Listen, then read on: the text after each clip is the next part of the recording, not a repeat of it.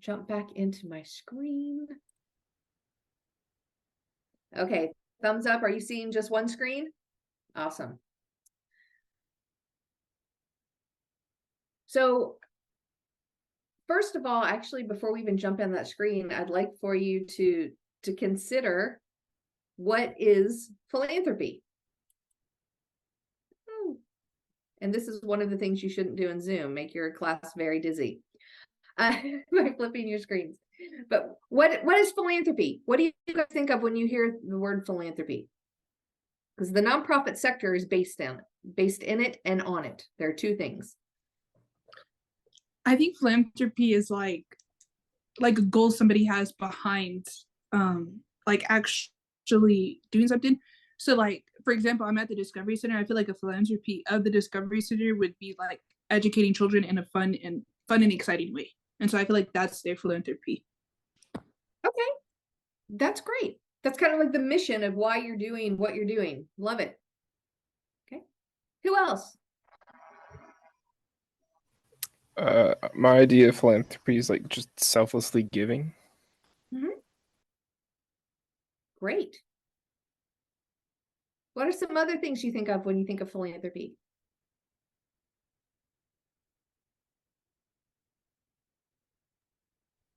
Contributing to change. It's like making change happen. Okay, great. I agree. Jessica just wrote in, it equals charitable giving, and that's what I think of.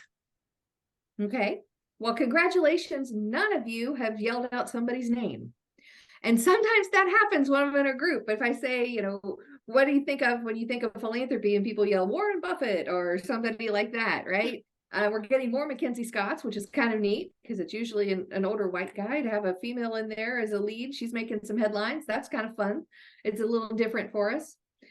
But what we have to understand, and the way that we think about this in philanthropic studies, is a little different, okay, than folks who just study nonprofit management. And the way we think of it, and the definition we accept, is voluntary action for the public good.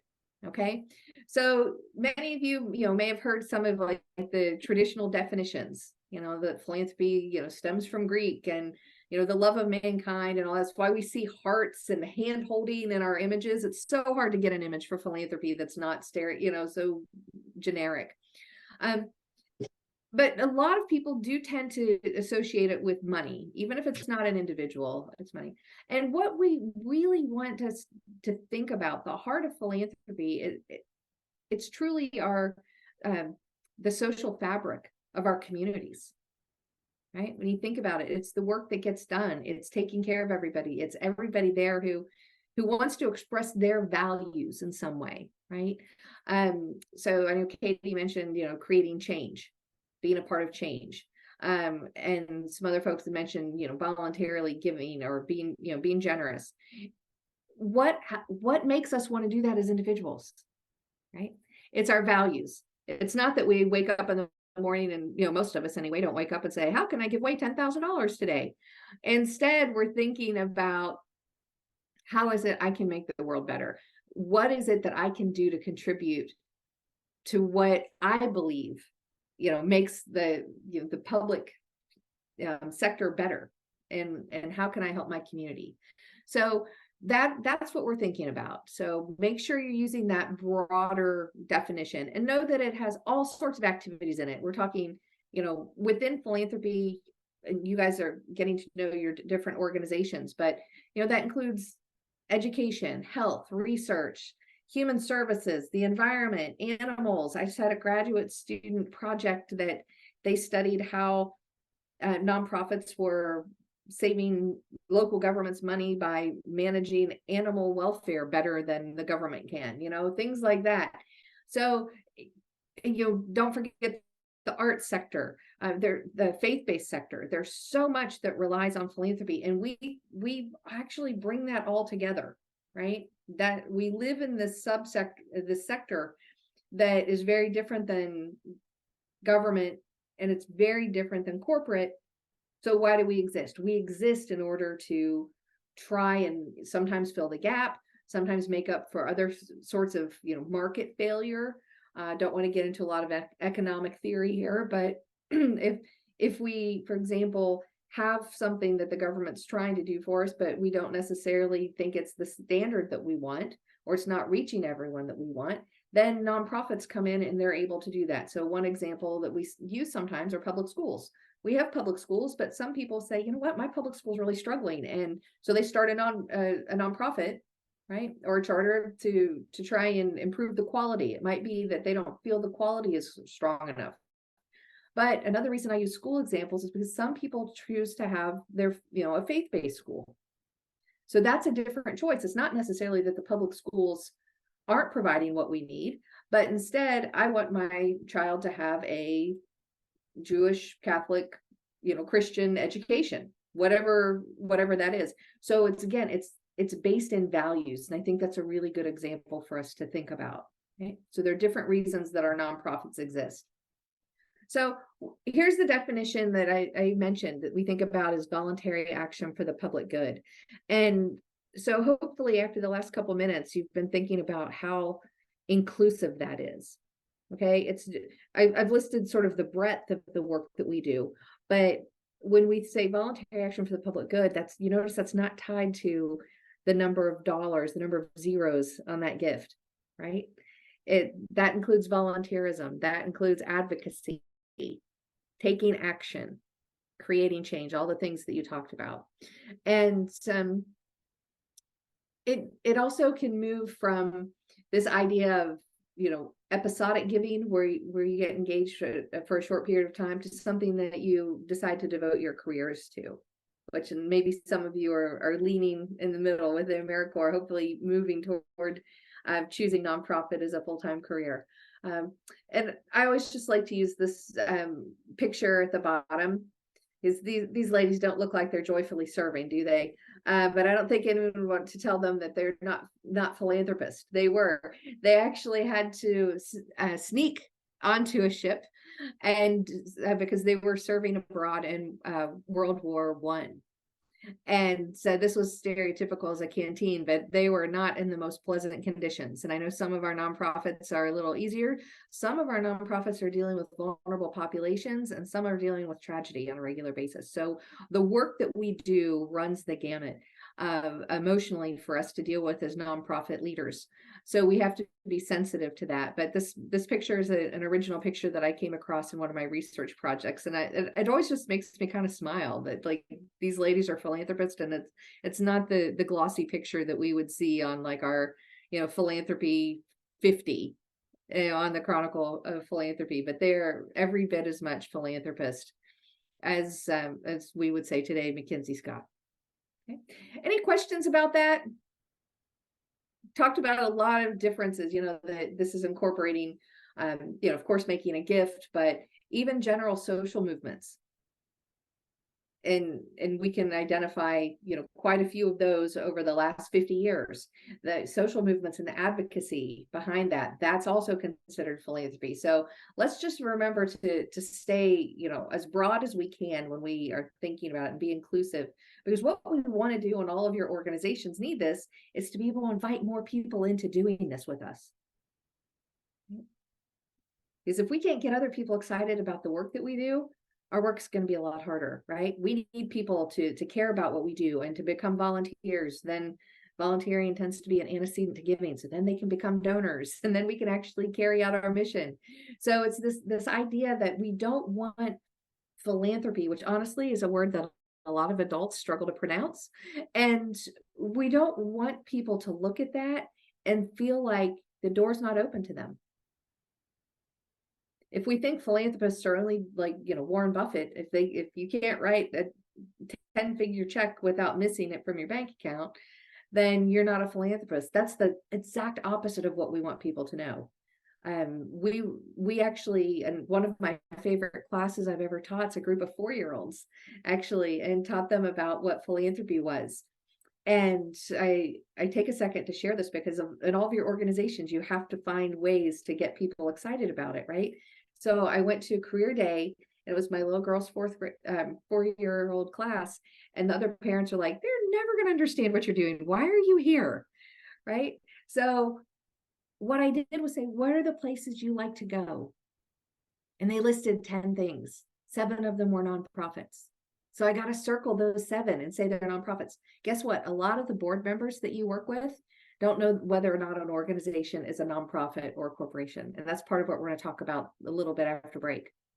So I had to say, okay, this is a special kind of organization. And did you know you could work at the zoo and the museum or Moody Gardens? And people have jobs there. And they were like, oh, wow. And we learned to pronounce this big, long word that I wrote all across the blackboard and talk to them about how they could be a philanthropist by choosing to act. Okay, this idea that I'm talking about, a lot of your, nonprofit executives, particularly if, they've already been in the field for 30, 40 years, a lot of your board members will not think of the idea like this. If you mention you want to have National Philanthropy Day, they're like, oh, we don't have all these big donors. Well, that's not what it's about. It's about celebrating our generosity and bringing people together and recruiting more people to be a part of our work. Does that make sense? So I have to give you the wrap up before we head on. The little kids that I taught that class, when I went to pick Audrey up that afternoon, they had a line of little kids there telling me what they had done to be a philanthropist since I left. And I thought, okay, that was cute the first day. No, they did it the rest of the year. I started building in time to listen to them and give them high fives and fist bumps and stuff, because they would tell me what they had done to be a philanthropist at school during the day. And it's one of the most powerful things and the reason I share it with classes is because I guess what we have to understand is that people come to understand philanthropy at different points in their lives. And I've worked with 80-year-olds that don't have a philanthropic bone in their body, but they've given away lots of money. It was all very transactional to them. Okay. It wasn't voluntary action for the public good. They did it because they wanted to be on boards, and because that helped build their business. Boom. Never thought about how it was changing the world. It was how it was changing their own business, right? Then you get a little one, a 4-year-old shouldn't be able to understand this, we think, but they actually can understand empathy and giving. And what can you do as a person? How can you choose to act? Right? And leaders that understand this concept and understand that they're going to run into 50 people this week with their organization, but they have to understand all those 50 people may be, and probably are, on a different level of understanding of what philanthropy is or what a nonprofit is. So it's really important for you to understand as nonprofit leaders that you kind of have to be able to gauge that with individuals and be sort of what I call gentle educators, right? To find out and understand where people really are and to help them feel like they are making a difference and feel like they're philanthropists. May seem like a long time on one concept, but it's the core concept that differentiates really good nonprofit leaders from people who can manage things and just make sure you pay the bills and you pack up 10 backpacks because that's what you're going to do on Friday. The nonprofit leaders are the ones that can excite people about it, engage them as philanthropists, and continue to attract more and more people to the mission. Okay. So I have a thing for you to do just on your own homework. I'm just going to trust that you'll do this, but it's to do a philanthropic autobiography. This is sort of a short one, but I'd love for you to reflect on the first time you remember ever participating in philanthropy. Okay. And then love for you to think about the first time you benefited from philanthropy, because that is really different, right? So that's the challenge I put before you, and to think about between now and our January session, because going through that process will really help you think a little bit more about philanthropy and how you engage in it in your ordinary circumstances, and how all the people that your organization wants to engage, how they're thinking about it. So I'll just give you a quick example. I know mine was, and I didn't realize this until I was in my doctoral program, and I was challenged to do this sort of an exercise in depth. And I loved going to the bookmobile. Anybody have a bookmobile experience? They really don't exist much anymore because we get stuff online. But I lived in a town of about 14,000 people, but I was on the outskirts. That was like that was the big metro area, was the 14,000. And so the local library had a bookmobile bus that would come out to where we lived. And so once a week I could take my little bag and go fill it up, my little backpack, and fill it up with books until next week. And when I look back, 'cause I'm like, when's the first time I benefited? And that's the harder of the question usually. And when I realized that, it's when I was studying Andrew Carnegie in my doctoral program, and Carnegie's created libraries. And lo and behold, when I drove by in my little hometown visiting my parents, it was a Carnegie library. So there, we wouldn't have even had a library in my town if it weren't for philanthropy and then the bookmobile. So that's, it's when I was 4, but it took me until I was 33 before anybody asked a question that made me think and really reflect on how I've benefited from philanthropy. So I hope that you guys will take that seriously. This is the undergirding of being a unique nonprofit leader that can tap into other people's values and excite them about doing our work. Okay. So now we're going to go through this really quickly because you guys are going to have these slides. You don't have to worry about taking notes, but wanted to let you know that when the first thing that we have record of as far as a philanthropic solicitation was in the 1600s. Okay. So and volunteers then called it begging, which, by the way, we're never allowed to use the B word here. We do professional fundraising, not begging. They're nowhere near the same thing. But so we know that in the 1600s that we were actually already having organizations send letters to try and raise money. All right. So jump ahead a couple years up to the 1800s, and that's when de Tocqueville came and studied our country, right, and said there's something unique going on here that's a little different than other places, around the world. What he observed was that people just got together and did what needed to be done to help each other. That was something that was very unique here. And part of that comes from the fact that we were, obviously we're founding a new country. We don't have a lot of rules, right? We don't have a lot of structures already established. We didn't even have our government established, right, at this point. And completely. So what was happening, I guess our government was up and running at this point, but the reality is, because we got to start from scratch and we were in a place that didn't have all the mediating structures and government structures, big, institutions that we rely on, we had to build those. And so when we came together, what started happening was we had to take care of each other. And we've got lots of historical documents that tell us that. But that's the foundation of what makes American philanthropy a little bit different than philanthropy in other parts of the world. Absolutely, philanthropy's been happening hundreds and hundreds of years, thousands of years, right? But ours is a little, and it's another thing that's important for us to remember at this point is every culture, every faith, if you start breaking it down, they have a very rich philanthropic tradition. But people do come from around the from all over the country. They come to the United States, often to the Lilly Family School, and to really learn about this idea of what we've developed as scientific philanthropy in our country, right? So it's important to recognize there's something unique there. And part of the reason is we think about factions and this idea that we're allowed to pursue our own values and to have competing interests.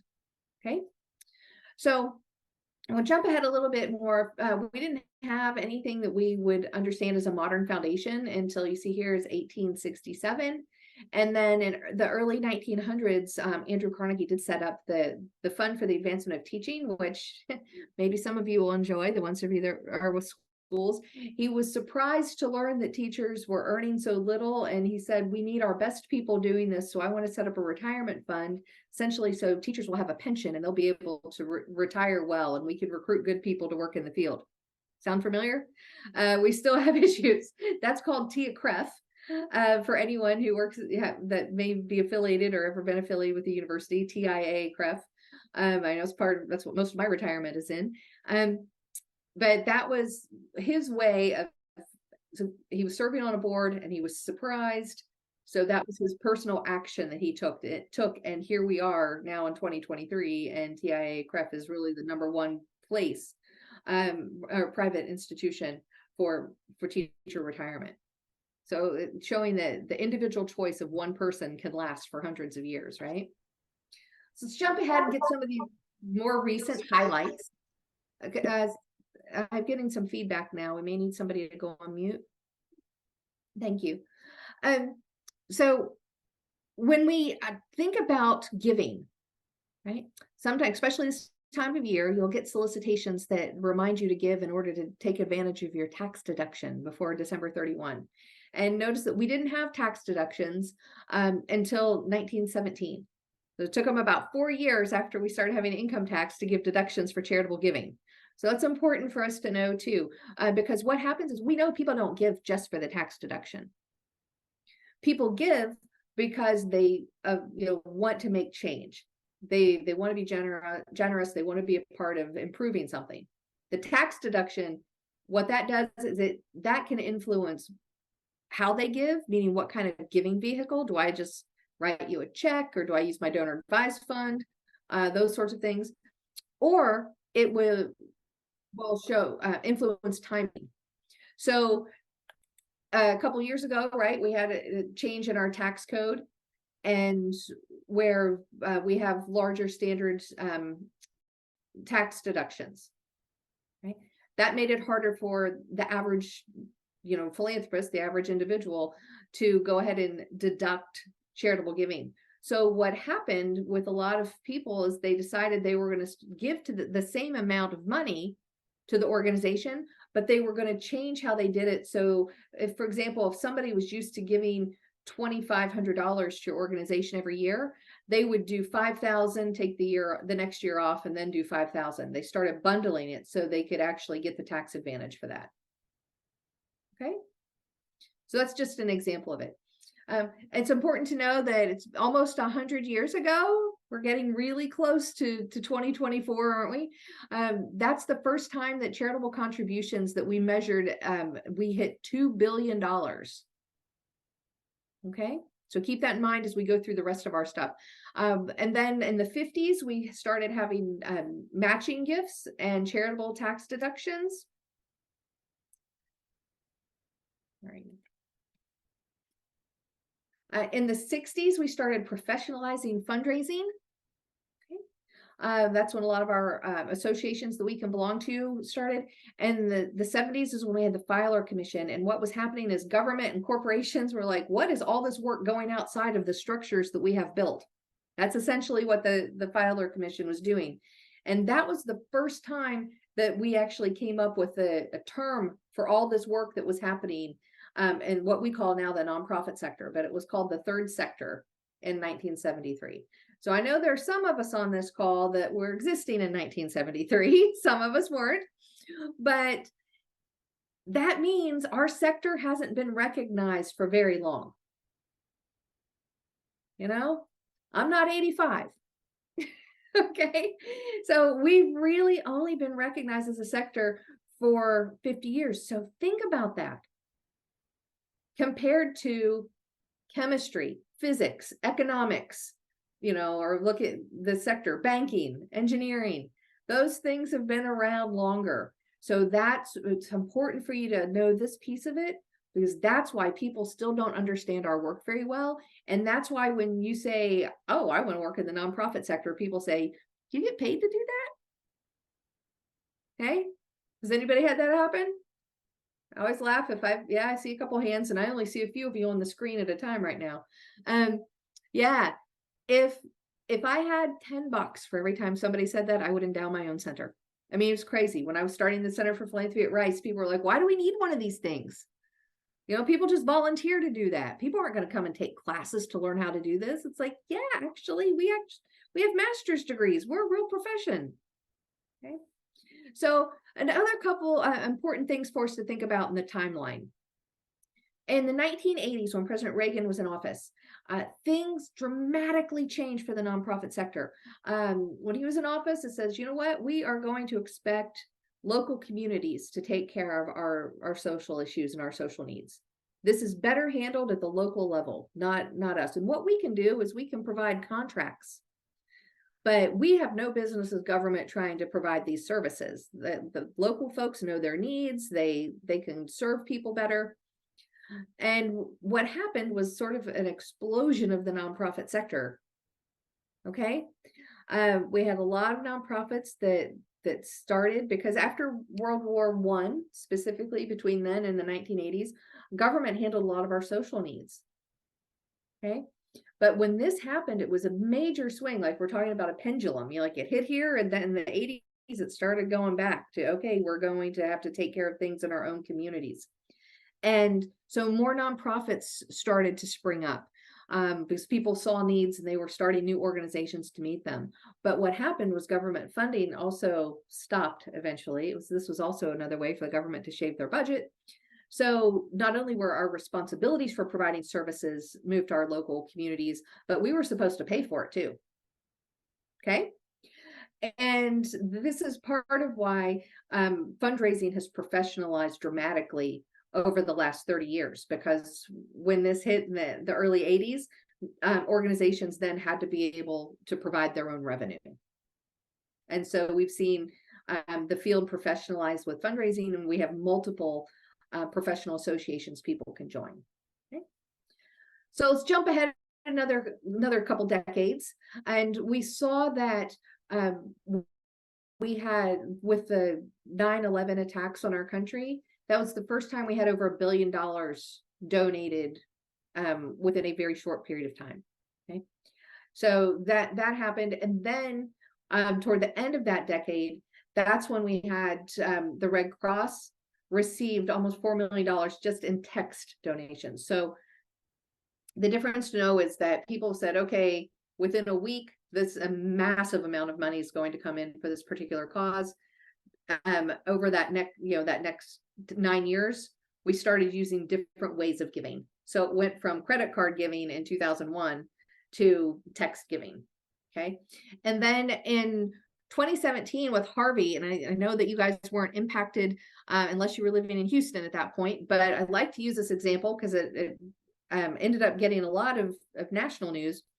But the Texans were in Dallas and they were stranded there. And if anybody's seen this or remember, JJ Watt had his phone, kind of like, now we know that donors really do like sort of the shaky phone experience of saying, hey, wish we could be there. We're going to get home, help each other till we get out, that sort of thing. If you want to donate, we learned that in COVID that people really liked it. But guess what? This was one of the first ones that unexpectedly went viral. And that little video of him sitting in a room in a t-shirt, clearly unscripted, ended up raising $40 million. Why is that important? One, we start seeing people responding to different kinds of giving, different kinds of online giving. But what was important in our city is typically when there was a disaster, all the money went to the United Way. Any federal relief money that we got would come through the government would give it to the United Way. Our mayor at that time, guess what, decided to give that money to the community foundation to disperse instead of the United Way. Okay, so we had government relief money, United Way. So already this was the organization that led everything when we were in disaster, the United Way. Now all of a sudden the community foundation actually had a little bit more money. And then guess what? JJ Watt had more money than all. So an individual actually raised more for disaster relief, and it completely upset the structure of how we would be able to handle, how we would operate in our nonprofit ecosystem. Okay, so I hope you all aren't going to deal with natural disasters where you are, but I think it's a really good example for us to see how giving is so different now, because that idea that federal money comes in and you give it to the United Way and that's how it's handled, that's a really sort of 1970s way of thinking. Now when things occur, people give, to their own organization. They take individual action, and it's going to be up to us to show that our organization's relevant and can be trusted. So here are just some examples. I'll let you to look at it and see that history overall, and why what we like to know some of these key milestones is that it kind of reassures us that philanthropy has always been around when times are tough. Okay.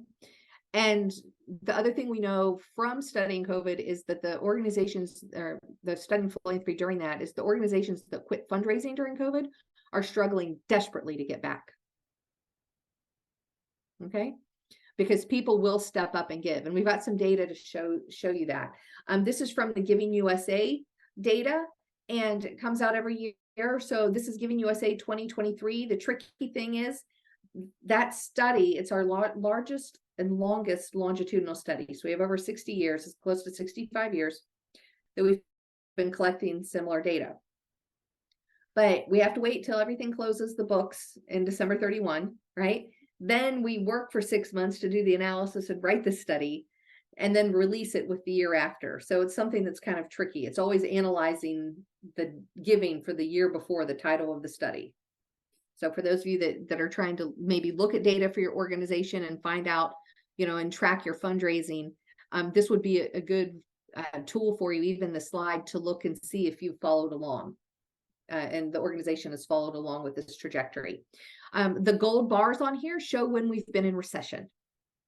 Okay. And you'll notice we bounce back really quickly. We even know during the Great Depression, it only took 3 years to come back to normal annual fund levels. So if you look here, the Great Recession is where we've got the 3 gold bars, the 2008, 2009, and you see that it took us a few years. It took us 3 years to get back to that same giving level. Okay. So this is just something for you to know. Okay. The 1 bar, you can see 2001, that we really didn't have a drop in giving. With 9/11, people continue to give. So just be thoughtful and understand that people are always willing to give to your cause, and your organization, as long as you prove your relevancy. And that's something that you might be able to really help your organizations do while you're working with them. This is a chart I like to make sure and share because it shows individual giving. Okay, 73% of all philanthropic giving in the United States, it comes from individuals. Okay, so that's why we want to develop strategies that allow you to build relationships and attract all these folks, help them like deepen their understanding of philanthropy and their involvement, so they want to give to your organization. And this one is just a really quick thing I wanted to let you know. Besides the Giving USA information, we have other data that you can use as you're working with your organizations to try and help figure out where they fit in the ecosystem and who's giving to them and why, and are tracking with current giving trends. Fundraising effectiveness, we track giving every quarter and we release reports. That's something that I'm on. It's a national organization through AFP. And that we have real-time data because we use 8 databases throughout the country. So 8 different giving databases, all the organizations, all their clients, we have their anonymized data. So that's how we get it. Giving USA includes bigger numbers, like bigger hospital gifts, things like that. There's also, Giving Tuesday, they help for the Fundraising Effectiveness Project. We work on analytics projects together. And then, of course, we have some information that would be useful for you through the Association of Fundraising Professionals about giving trends, but also compensation studies. And the Urban Institute does some really good research. So I wanted to make sure you had those resources. So let's dig in a little bit about understanding where our giving's going. Okay. And all the, we'll jump ahead. Let's see. How much did we have this year? Sorry. So it was $499 billion. Sorry. Okay. 499 billion was given in the last full year that we have. So in 2022. And have any of you seen really negative reports about giving in the news? Donors are leaving. There's been a lot of really, really negative publicity from July until now that donors are declining, they're leaving, people don't trust the sector, that sort of thing. Well, we did see a little bit of a decrease, and there are a couple reasons for it. One, we had a correction from COVID, because when people during COVID, a lot of folks thought we wouldn't give, but actually what happened was more people gave than ever had before. So it's just a little bit of a correction to our normal giving. Okay, that's why it seems like there's a decline. The other thing is there has been a really troubling trend of decline of donors over the last decade. And what's happening is fewer people are making bigger gifts. Okay, so it's a little bit of a bifurcation of the haves and have-nots. And I kind of hate that phrase, but it's one that we commonly hear. The people who have assets to give are giving bigger gifts, and there are fewer people giving overall. So why does that matter to the organization you're working with? We have to be able to invite more people in to give below the $5 million a year level, right? We need to be able to capture their imaginations that they can give and make a difference and sort of be meaningfully involved by making a gift or volunteering. But it's really important to understand that. And also, since you're largely based in Texas, I mean, it's important to know that we've also nationally seen a decline in volunteerism, but Texas actually lags it. So we have fewer people volunteering in our state than the national average. So that's important for all your organizations. And when I work with rural organizations, I focus on it even more because we tend to be better in the rural areas about taking care of one another than in metro areas where people rely on social loafing a little bit. And what we have to do is be able to say, we need to develop a strategy to invite people to come and be a part of us. So if you see here, religion's at the top, it's always at the top, it always has been. And we know we're not capturing a lot of religious giving because churches don't have to file 990s. There's a lot of involuntary giving through churches, things like that.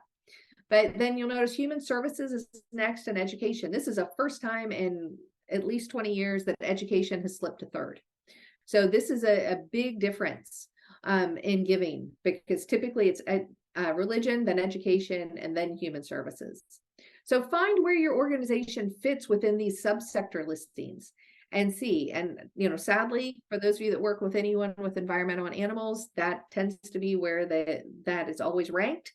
It's always around 3% of our philanthropic giving. So what that does is it allows you to show this chart to your board and say, we're going to naturally get 3% of gifts. So we need to develop a strategy on how to target more people to give to us and understand our relevancy.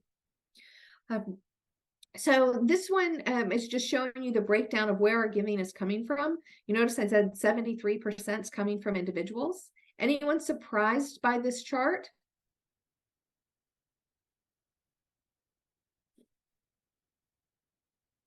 No? So most people are really surprised by the percentage of corporate giving. And that's what I was just looking at. I thought, gosh, the corporations, they probably have the most money and the smallest amount of giving. Mm-hmm. So let's think about it. They didn't have any incentive to give until they got corporate tax breaks in the 1950s, right? Yeah. And it's still not rational for them to give beyond that.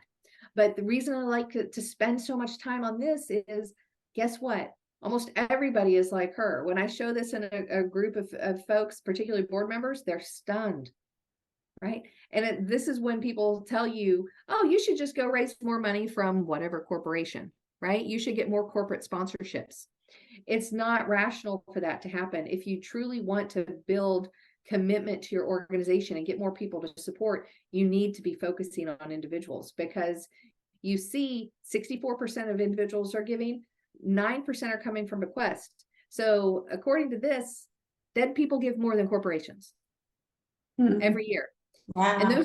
And those numbers have fluctuated a little bit. There have been years that it's actually dead people give twice as much as corporations, because it's usually around 5% for corporations. So that's something that if you're trying to help your organization develop a revenue strategy, you need to be able to look and say, okay, if we're spending all of our time chasing, $1,000 sponsorships for a golf tournament from corporate, local companies, what are we missing by not being able to spend time developing relationships with people who really love our organization to make individual gifts or give bequests? And so that's how you can use this particular slide. This one is just in case you're interested in understanding the giving during the pandemic. The far right column tells us our cumulative. So it's before and after COVID, right? So what's happening? We see that that because 2020, of course, is, the year COVID hit. So end of 2022, by that time, we saw a nice big jump in sort of a return with international affairs and things. So the first year that COVID hit, we saw a jump in education. We saw jumps in the arts, okay, public health benefit. Part of that was because those were organizations, a lot of funding, and individuals were choosing to fund schools and arts organizations because they needed to be able to operate, continue operating and operate safely. Okay. But then we saw the year after there was an adjustment. Okay. So does that make sense? Giving is very contextual. So when we're in the middle of a crisis, we're going to give to health and human services. We're going to give to make sure people have basic needs. And typically the arts takes a big hit, but with COVID, it didn't, because the organizations were shut down and they lost any ability to generate revenue. So more people gave to the arts than they typically did in order to keep those organizations operating. Okay. Typically what we see, for example, with a natural disaster, we see all the basic human services organizations get an increase in giving, the arts declines. And then after the disaster, we've survived that. Then people actually redouble their gifts and make up for the giving they cut back and redirected. Okay. And just in case some people are curious or not convinced that corporations always give the same amount of money, I need to add on the 6% year. I didn't change this one. This is only through 2018, but you'll see it's very steady. Corporations are always giving around 5%. Bequests are always ranging around 7-8% on average. But we do see a switch with individuals and foundations. You notice how as the individual donations are declining, foundation giving is increasing? A couple reasons for that. One, it's easier to start a foundation than ever. And two, donor advised funds are often run through foundations. And so instead of me giving as Angela Seaworth, if I were to give through the donor advised fund that would be set up at the community foundation, all of a sudden my gift would be coming in as a community foundation gift. Okay. So it's not that individuals aren't giving. It's we haven't figured out how to capture the individual giving through the DAFs. And so there are people who are studying donor advised fund giving. So when we think about the local impact of our giving, we want to think about philanthropy. And I'm sorry, I actually forgot to change the cities on this slide because I like to use this slide. So rather than Galveston, let's think about your own area. Let's think about Amarillo. Let's think about your local Canyon, Amarillo, your local county. What are the impacts that you have and inputs that make philanthropy work for your community, right? So we have volunteers that are giving. We've got individual donors. We have staff members, folks like you and AmeriCorps who are working the human capital piece of it. You've got foundations that are providing the revenue for it. And all that gets, tossed into this space for nonprofit organizations, right? And all those inputs are what actually make the nonprofit sector be able to have an impact on your community. Okay. So I'd love for us now just to think a little bit about some of the institutions that are having an impact in your community. This is helping you understand the ecosystem that the organization you're serving is working in. What are some of the nonprofits that are supporting your communities and making them better?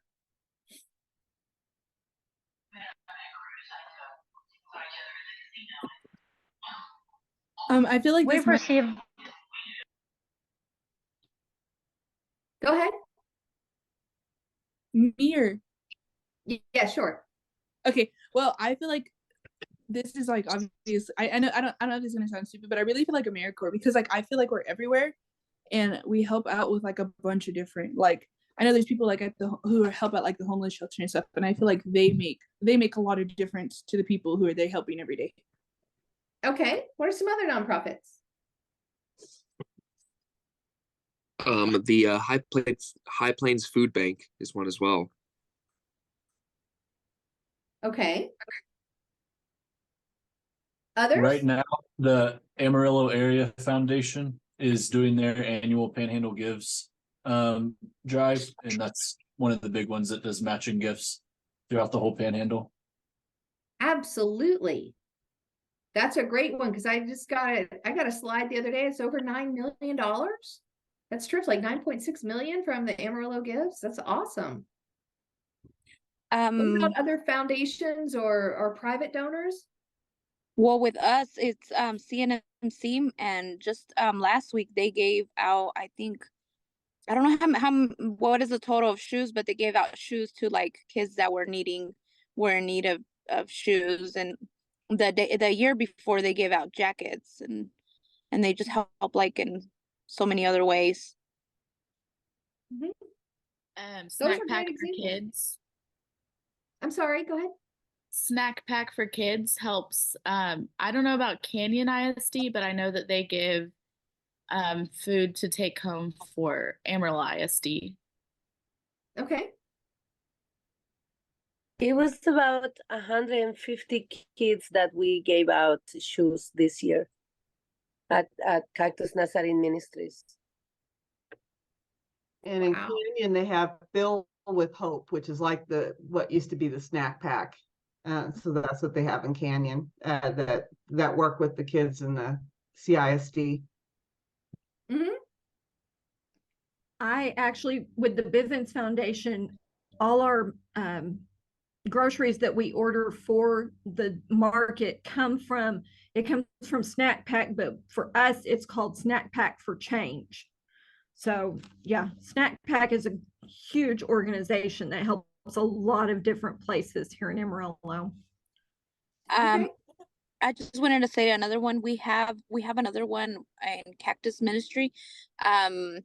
We just deliver for them. We help them out. It's Meals on Wheels, and it's for just anybody that's like disabled or is like in needing that doesn't have like a job, and we like give them a meal a day. So those are terrific examples of the nonprofits making a difference. Then you also mentioned the foundation, the Amarillo Area Foundation, but there are other private foundations that you're applying to, I'm sure, as well, right? So in addition to that, you're gonna have some private donors. We're not gonna ask anybody to name any of those, but you will see those in your donor honor rolls with the organizations you work at, right? So then there are inevitably going to be some families that we know give to a lot of things. And so one person that has become more philanthropic over time in Houston that more people know about is, Tillman and Paige Fertitta. Just because he's gotten a lot of media play, we can use that when he was on Shark Tank and things like that. But what was really fun is my little girl didn't know any better, and the Houston Children's Chorus went to sing at their home and it was an annual event for Texas Children's Hospital. And they did this, they had elves, and it went to a very specific program. And it was great because she came back and she's just like, Miss Page is really nice. Mr. Tillman's really nice. They had candy for us. She didn't think of them as a business owner. She didn't think of it as a corporation giving a gift. What she and all of her friends saw were two people that wanted to be generous and open their home and give to people. So this is the really fun part, because if you all remember, he was the owner of the Rockets, or owns them. So it was kind of fun because there was the room where they had all the candy for the kids. They had the Rockets game on. So she also said that she thinks Mr. Tillman might be a Rockets fan. So that was just a little levity to go into our break. We're like, yeah, if you're on the team, you're usually a fan. But so that is, what I'm trying to get you to do sort of in this exercise is to think about your own local ecosystem, where your organization is, because after AmeriCorps, who knows where you might end up, right? So say someday you end up in Washington, DC, or Louisiana or Michigan doing some sort of nonprofit work. What you need to be able to do is really start understanding the ecosystem and understanding your nonprofit organization, right? So do I work in a health and human services organization? Do I work in a private school, faith-based? Where does the organization I work in fit along the general giving trends nationally? Okay. If I'm in a humane society, I'm probably not making as much money as the local symphony or the local churches, right? So you have to figure that out. You also have to be able to think about what are the other nonprofit organizations that are doing similar things to our organization. That's why I start with this last slide that I had up showing nonprofit organizations. You have to understand that for your ecosystem. Then who are the foundations that can help you? Who are the individual donors that can help you? And then you notice last in that column was who are the organizations that can help you. So I encourage you to go through this exercise on your own for the organization you're serving. But with that, I'm standing between us and break. So let's go ahead and take a break. I know everybody could use that, get up and stretch. We'll come back at 2:45. Okay, and we'll start talking about understanding the nonprofit sector.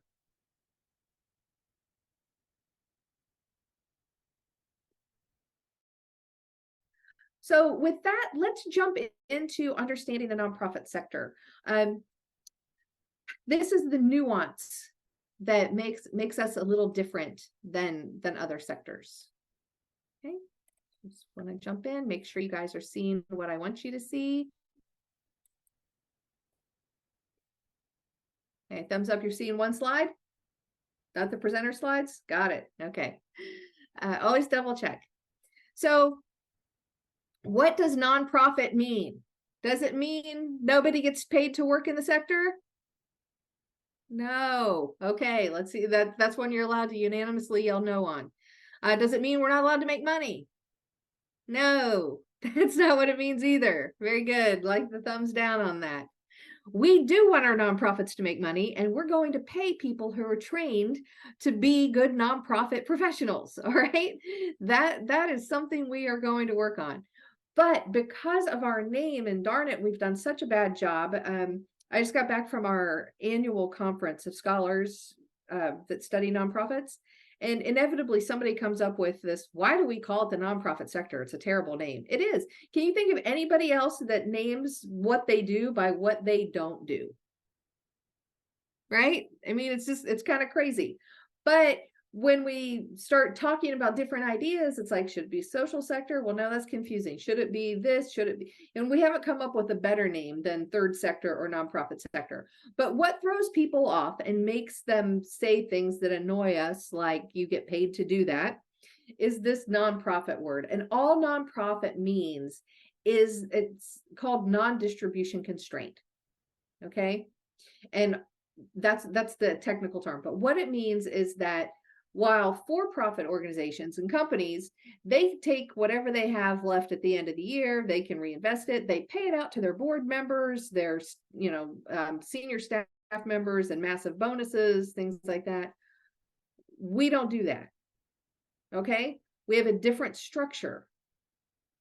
So when we end the year, hopefully with more money than we've needed to spend, right? Any of our profit, any money we have at the end of the year, nonprofits commit to reinvest back in the organization. Okay? We don't pay it out to board members as bonuses. That's all it is. Oh, we have a little philanthropist. Yay! Sorry. You can see Brianne has joined. So that is a really important thing to understand. That's all nonprofit is. It's that non-distribution constraint. It's important for us to know that. Okay. So what's our role in society? I referenced economic theories earlier, and there are a lot of different reasons that we exist, and just got done spending 2 whole weeks in my grad course teaching this. But essentially, it's this idea of market failure that I explained. We've got something that we're offering. It's not as good as we want, so I think I can do it better. We're going to create our own nonprofit and do that.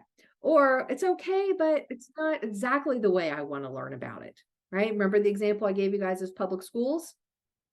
Okay, that maybe it's a faith-based school instead of their local school.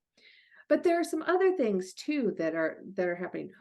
The government can't provide for everything that we do. See, the government's limited with that. Even if they wanted to try and take care of all of our social needs, we do have limited resources, whether we're philanthropists or the government at some point, they have to stop.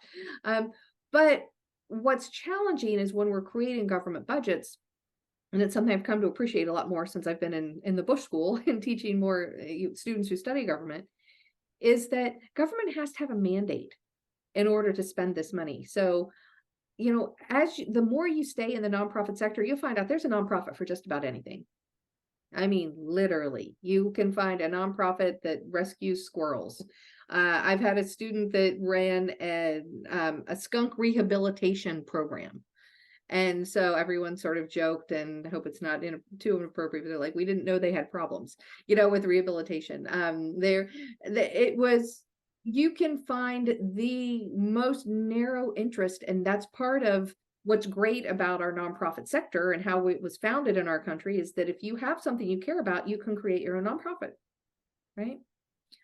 The challenge with that is the government can't handle all of those, right? They can only provide what's considered a public good. And then anything beyond, we step in and we fill the gap. And that's the primary way that we're really contributing.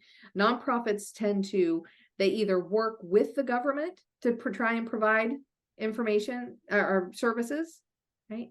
So it may be that the government is contracting with the nonprofit to provide a service, right?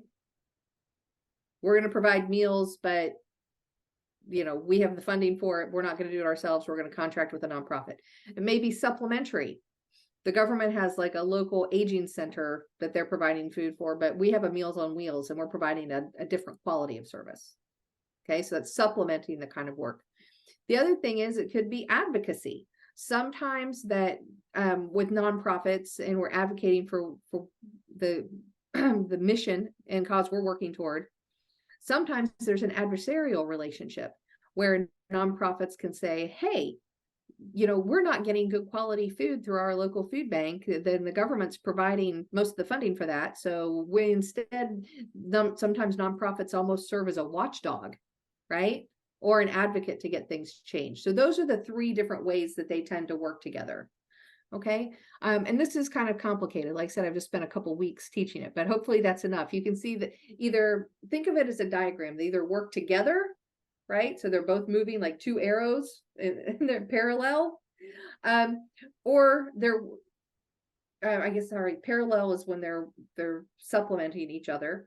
They're working together, meaning that they kind of intertwine like this. They're woven together. Or they're adversarial, where they're actually sort of arrows facing one another. Those are the three like images that might help you with this.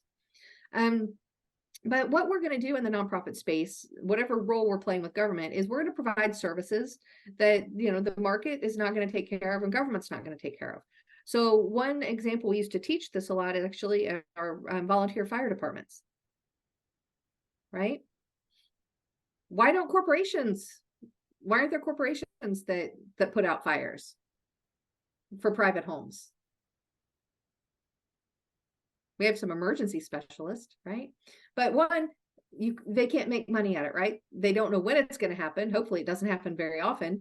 And when it does happen, you don't know where it is, and you know, a lot of technical equipment and expertise right now. So it's not a good thing to make money at. But the local government can provide it because that's a public service, right? And if we don't have a large enough space, so for example, in my hometown, there was a fire department in town, but it would take them 25 minutes to get anywhere. So what do we have then? Instead, we have local volunteer firefighters, okay, that staff that. So again, that shows the example of how we're trying to fill the void. The nonprofit space is coming in to provide a service that's different than what the government can do. Okay. So what are some reasons nonprofits fail? Primarily is because their leadership doesn't understand how their organization's operating. Okay. They don't understand the ecosystem. They don't understand the market, the demand for their services. So that's something that they really need to think about in order to do it well. So I want to give you I don't mean to make this too complicated because I do know it's complex, but I wanted to help you understand maybe like how your organization, like take what I've just talked about and see how it applies to your organization. Are you working in coordination with the government, against it, to provide services, you know, like raising awareness for higher quality services? Are you working as a supplementary? So that's something important for you to think about with the organization you're serving. The other thing is not all nonprofits are the same. Most of us are 501c3. That's the most common tax exempt status. And you can see here in the first bullet point that that's what almost every foundation has at the bottom of their giving or their letter to you, says, you know, we give, our organization gives to education, religion, charitable, scientific, you know, endeavors. So that's the most common, but there are also other types of 501 organizations, right? So the C4, those are more when you think about advocacy organizations, okay? They do more lobbying. And some organizations will be 50C3 and have a C4, and you have to have those very separate. There's a firewall between them because there are some rules that you have to understand about with nonprofits. They're allowed to do advocacy. We want them to do advocacy, but they have to make sure it's not, you know, they do it within the guidelines. Whereas a 50C4, they're primarily doing advocacy and they don't have the same guidelines. But you'll see here, I've listed some of the more popular ones, the C6, so when you think about local chambers of commerce that you might be working with, or some other trade associations. And then C7s, those are more what we consider hobby clubs. That's where, you know, country clubs, gardens, you know, the local bird watchers club, that sort of thing. And so you need to understand which tax exempt structure, you know, exemption that your organization has. Okay. And the other thing that you can do to look up and understand where your organization falls is to look at our NTEE codes. It's National Taxonomy of Exempt Entities. And I've given you a link here. You'll be able to click right through, and I also have it on our resources page so you can cut and paste. And what that does is it classifies the organizations and the types of organizations. So you can see all the different 501 organizations. You see, you know, the C3, C4, C6s, etc. And then that breaks down, and there are actually codes throughout. So you can see, you know, under education, there's not just, you know, I'm a nonprofit education. It's education has nonprofits that are by university or community college or K-12 or pre-K, and you can see all the listings. And I think it would be really valuable for any of you serving the AmeriCorps to get a grasp of how the NTE codes work, because it's going to help you understand the ecosystem that you're operating in. So let's jump ahead a little bit about this nonprofit and what makes us different. Okay. There's one thing that's really elusive about what we do, actually a couple things. And it's because and what we do, one, is hard to measure. Okay, this picture, if you don't know who this image is, it's actually Peter Drucker, and he used to write about nonprofit organizations. And one of the favorite things that I have seen him write about is this quote I've shared at the top, that nonprofit institutions don't supply goods, services, or controls. And some of you are like, well, wait a second. Yeah, we do. We provide services. That's all we do. But see, what it is our nonprofit product, and the way he explains it, I think is so insightful. It's not how many students showed up today. It's our product is the changed human being, right? So our product, if we were to talk about this and Misty and her team and I were to report back and say, oh, we had 20 people to attend a session today. Well, that's the bottom line. That's like baseline. In education, we call it counting the butts in seats, right? How many people went through it? But the main thing is, what did they learn, right? That's why we're doing it. It's not just getting a number of people in the room. What it is what did we learn? What did we, how did we change the people? You know, like what did our service do? Like what did this program today do to help you think differently about being a nonprofit leader? About maybe helping you choose to, you know, that nonprofit's going to be your career, for example. That's our product. And that's what makes it so different, because we're not just counting widgets like corporations. You know, we had 6 sales, you know, in fundraising, we count that, but it's not the outcome. You know, that is an input is talking with people, and output is how much money we've raised. But that how much money we've raised at a nonprofit is not our product. It's not bottom line financial. It's a very important thing to do to be able to control our revenue, but our actual product is our mission. So that's really important. That differentiates us from any other sector. Okay. And missions is going to be central to every organization or organizational decision that we make. And we'll talk a little bit about that more when we cover our vision and mission statements. And the other thing is we can learn from other sectors. So don't think that just because I've spent a few minutes talking about how unique our sector is, we can learn from other sectors, and we want to take the best of those, but just understand the nuances of our sector. Okay. So it's hard for us to measure our effectiveness.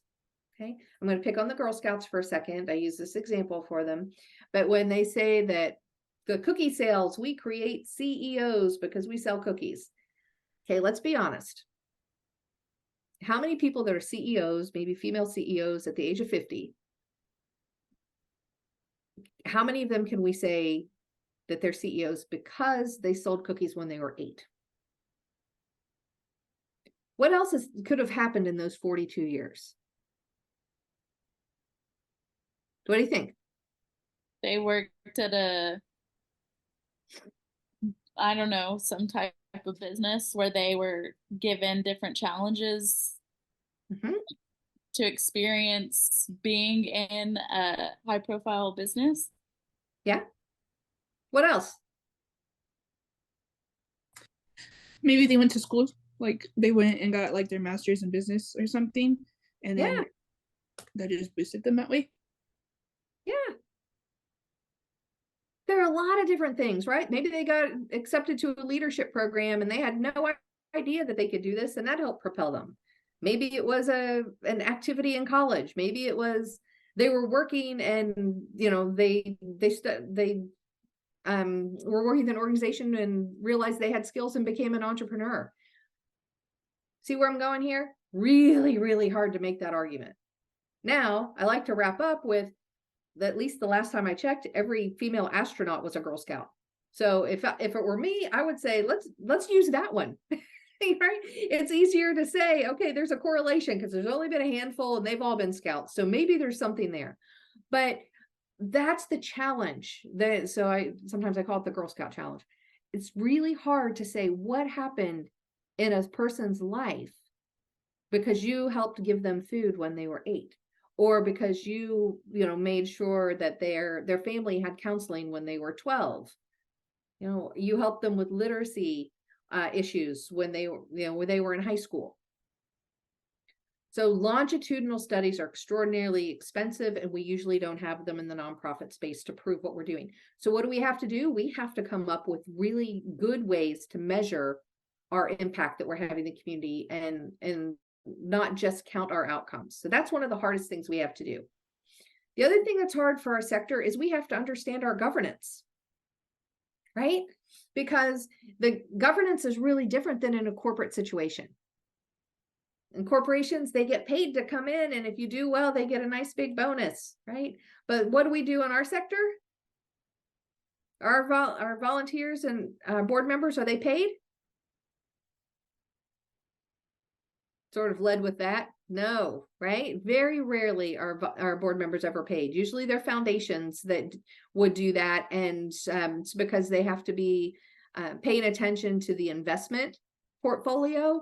And even rather than being paid, most of the times when we see compensation, it would be, you're on the board at our foundation, so you can give away, $25,000 a year. You can direct that giving. Okay. Most of us aren't doing that, right? We're going out finding people who are volunteering to work for us, to come in and help run our organization. And they don't really know our sector. So we're having to lead from behind and teach them a little bit about our organization and how it works. And then, by the way, I've just recruited you to do this and trained you, and don't forget you're my boss. Very different dynamic, right? So this is where we're starting to transition into our leadership element. If you're in corporation, you've got a title, you've got a hierarchy, and the same thing with government. Anybody who's worked with government before, there's a very strict hierarchy, a lot of bureaucracy, and we know that 10 people have to check off on this before it happens. The nonprofit sector, we are a lot more fluid than that. And we don't have that natural authority. So we have to be able to lead and generate that authentically. Okay. So that's what this last bullet's talking about, the managerial accounting. In a corporation, you could say, here's our goal, and we're going to take from the CEO to the person that was hired, yesterday, And regardless of where their job, what they do for us, we're going to be able to say, this is how they contribute to our bottom line. And we're going to motivate them by giving them a year-end bonus based on whether or not they meet those goals. Nonprofits, it doesn't really work that way. We have volunteers helping provide a lot of our programs. They're not even getting paid, let alone doing something like that, right? So this whole idea of managerial accounting, that you just get people to do things because one, either you say or because you can pay them more to do it, doesn't work in our sector. Instead, it relies on being able to lead and getting people to buy into our mission.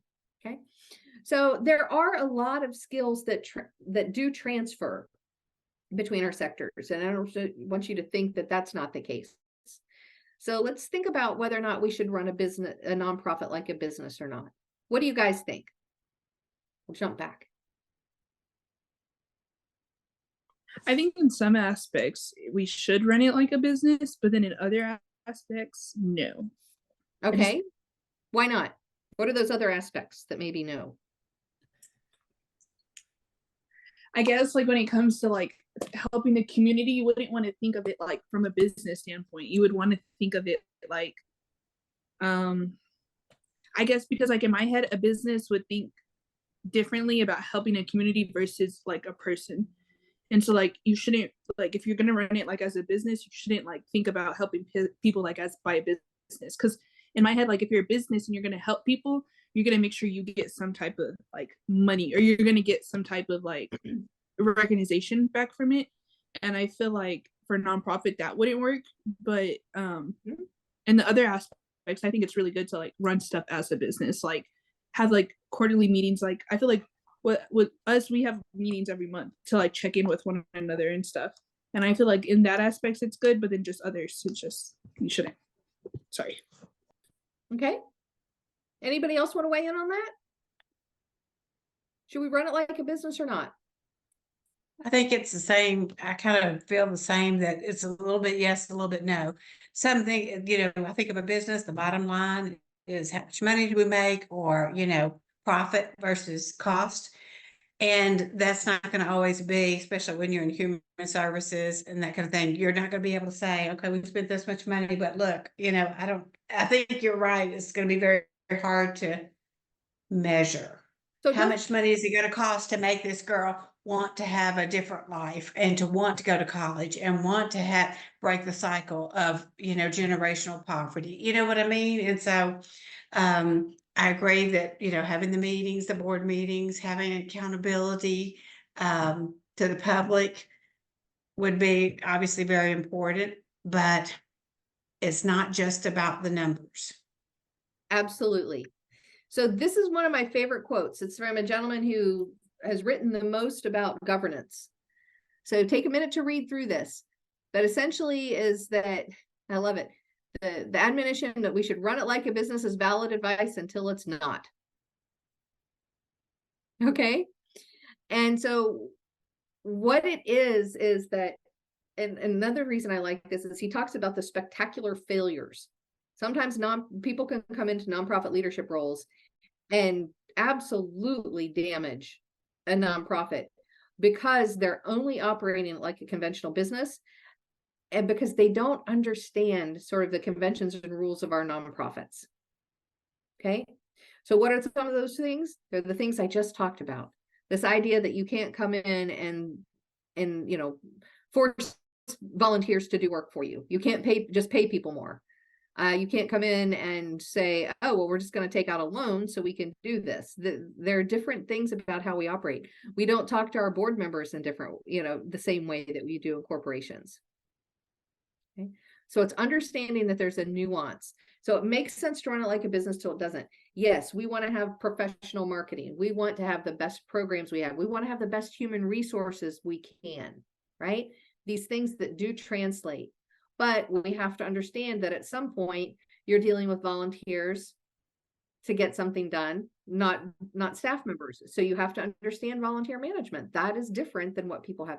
We have different financial and revenues. Okay, so let's talk about these different ways it could be different from the corporate setting. The Rents talks about the fact that there are legal contexts. right? We are operating differently. We have tax exemption, corporations don't. Who owns a nonprofit? Somebody answer that for me. Who owns our nonprofits? Nobody? Isn't it just Nobody. anyone who opens it? Good. The public.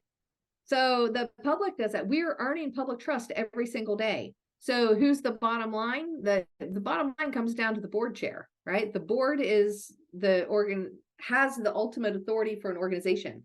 You know, the board hires the executive director, and they're supposed to oversee and have the agency to make sure that the ED is running things well, and that that organization's doing what we promise that it's going to do, you know, that we're promising the public we're going to do. Okay. But there's not just a corporate owner. Okay. There are political and cultural differences. And by that, I talk about the structure, right? So it's the structure of having volunteer board members, having different types of authority levels. Okay. And then our financial and capital structure. It's one of the most fun things I do is work with business school students that just think they're going to come help us, poor nonprofits, and they have no idea what a philanthropy revenue stream is. Right? When we talk about the different kinds of revenue streams, and it's like, okay, well, we've got earned revenue, which they can understand. Talk about investment revenue. Well, they can understand that too, sort of our endowment and what we get off of a yield. But then we talk about philanthropy and fundraising revenue. They're like, well, what's that? It's like, well, we get people to donate money to us. Well, what do they get in turn? No, it's not a transaction. The transaction's values. They don't get anything in turn. They just make a gift to us. What? So that's always a fun one. I love working with those groups. So we have a more complicated revenue stream. There aren't, you know, IPOs for NPOs, right? If you can't just say, we're just going to go public, that's not what we do. So we have to understand our revenue streams and make sure they're diversified. So we can be really complex. So what are these skills that do transfer? All the strategy that we do, the marketing that we do, the planning, you know, the strategic planning, the organizational structures, all those good things come from corporate, and it's almost seamless, right? Some of the finance is also seamless. But what's unique to us is what I mentioned, the fundraising revenue, the fact we have volunteers, the board, you know, our very top leaders are volunteers. The fact that we have our programs, right? They're difficult to measure, whereas corporate, it's easy to measure what our output is. So we're looking at the different roles that we have for volunteers to even within program delivery, and also then how we evaluate what we do. Those are things that are really unique to us. And if people come in from corporate or government sector to lead the nonprofit, and if they don't understand that nuance, it can be really hard for the organizational culture. Okay. So here I've dropped in a model that I've been working on, and I should probably I don't like to say immature organization, but it's a new organization on the left.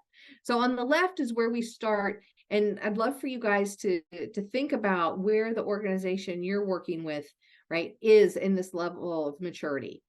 So if you're new, you probably aren't thinking about strategic plan. You probably don't have a really diverse type of revenue stream. It's you may be reliant on one big foundation or grant. You don't have a lot of time to focus on, you know, human resources and thinking about long-term finances. But on the other hand, jump to the right side where you're a mature organization. That's where it's like you've got a governance board, your board members aren't working to do all of your stuff. You've got a professional fundraising staff and a plan.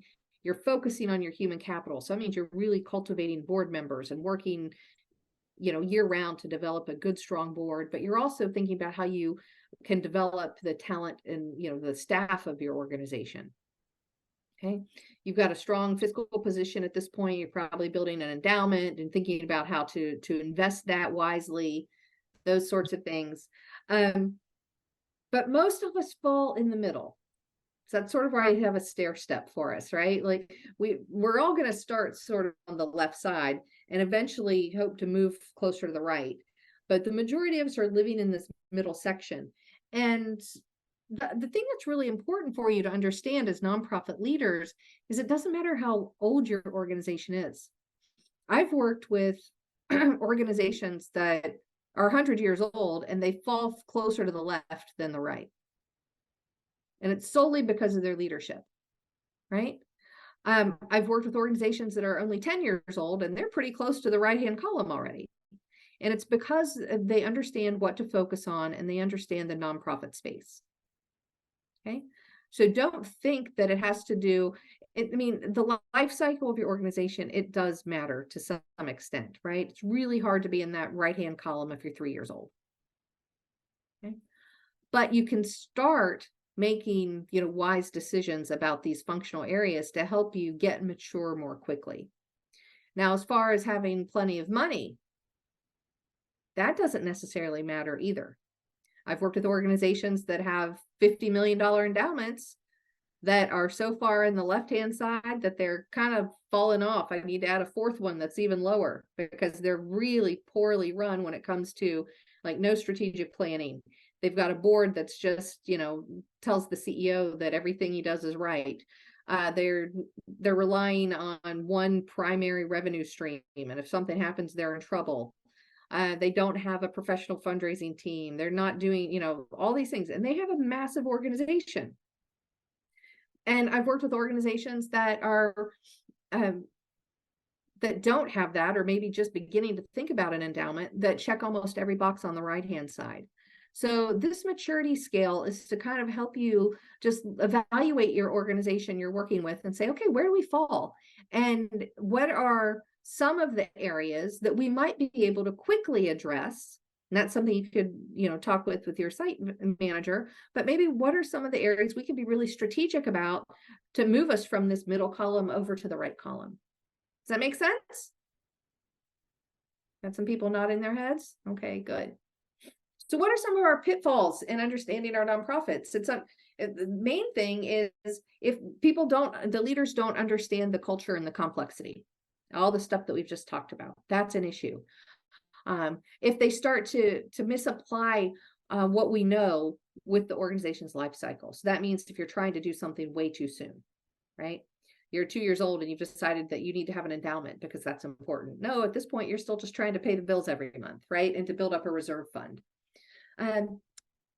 Another thing that they really have a problem with is when there's people are not paying enough attention to the human capital of an organization. And I do happen to think that's our biggest issue in the nonprofit space in the next 5 years, making sure that we have adequate attention to recruiting people to come in, both volunteers and staff. How do we give them meaningful experiences, help them become more committed to our mission and stay and retain with us?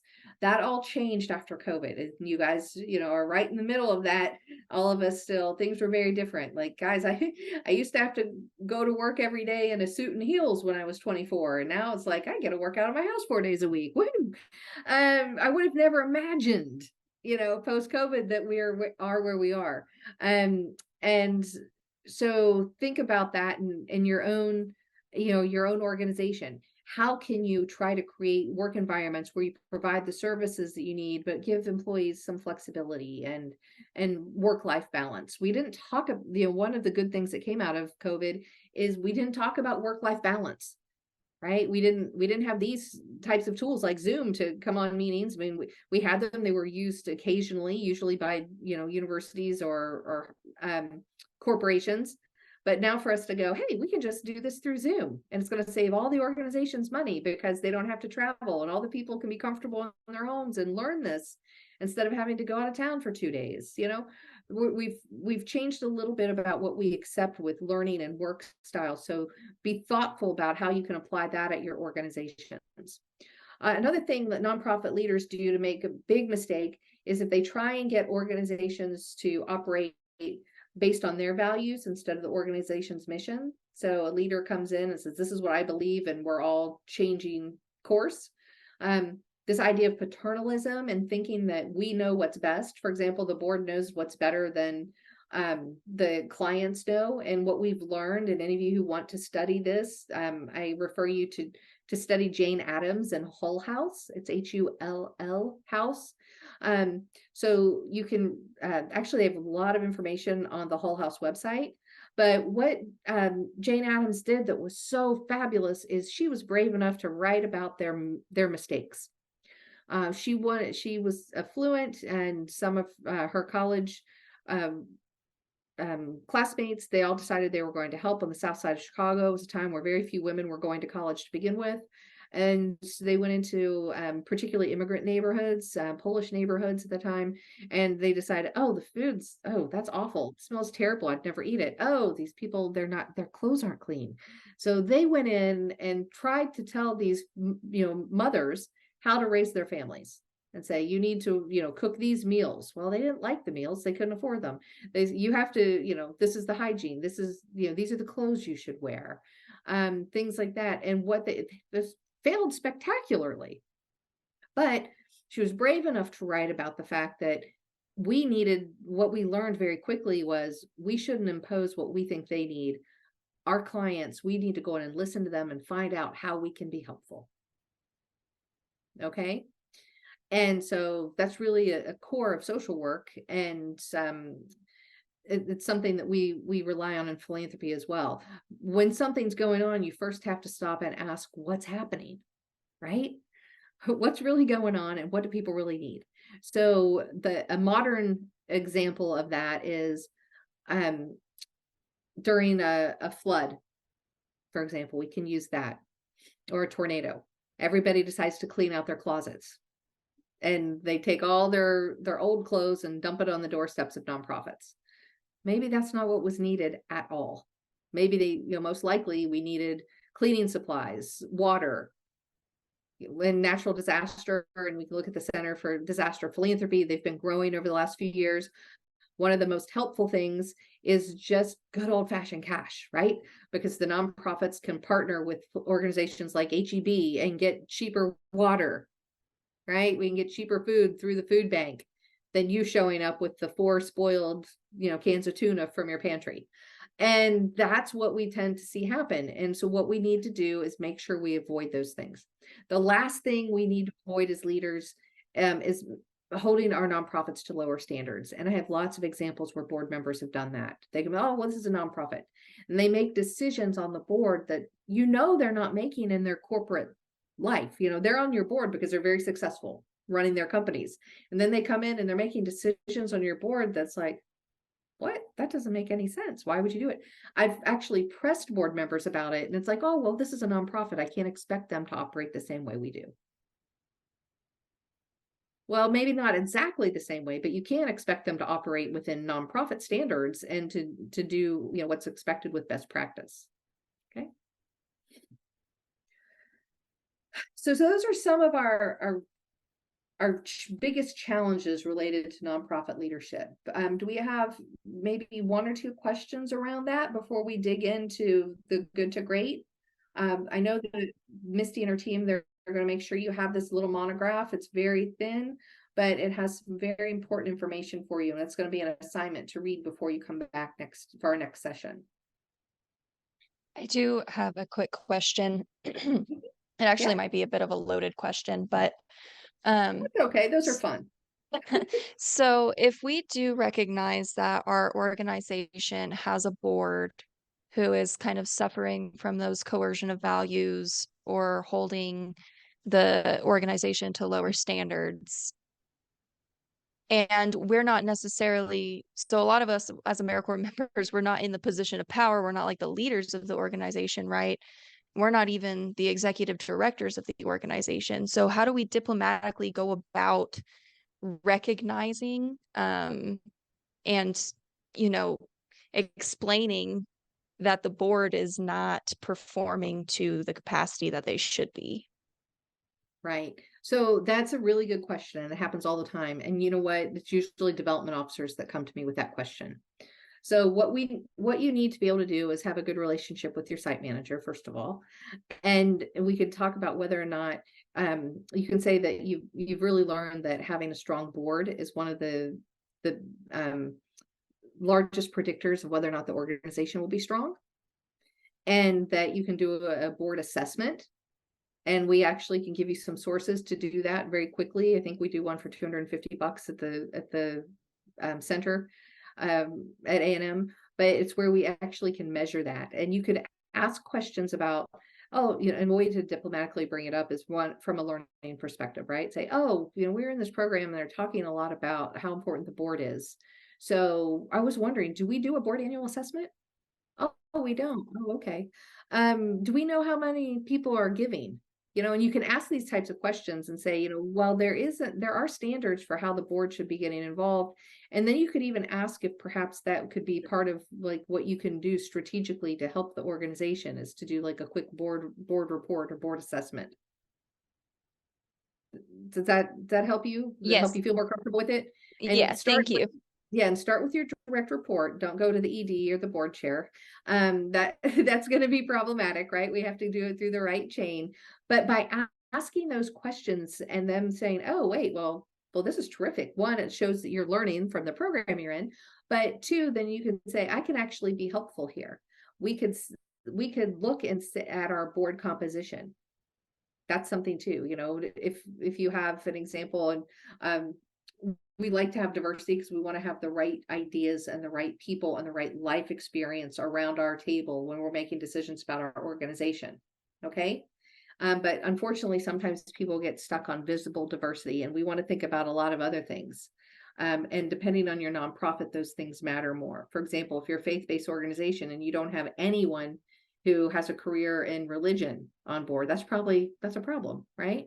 So I always use, like, there's a Catholic school and they don't have Sister Jane or Father Ben, you know, well, there's probably an issue. Who's looking out for their part of their core mission, right? Another example I like to think about, and maybe we can do a really quick exercise here in thinking about building a strong board, is what if we have an organization that's serving teen moms?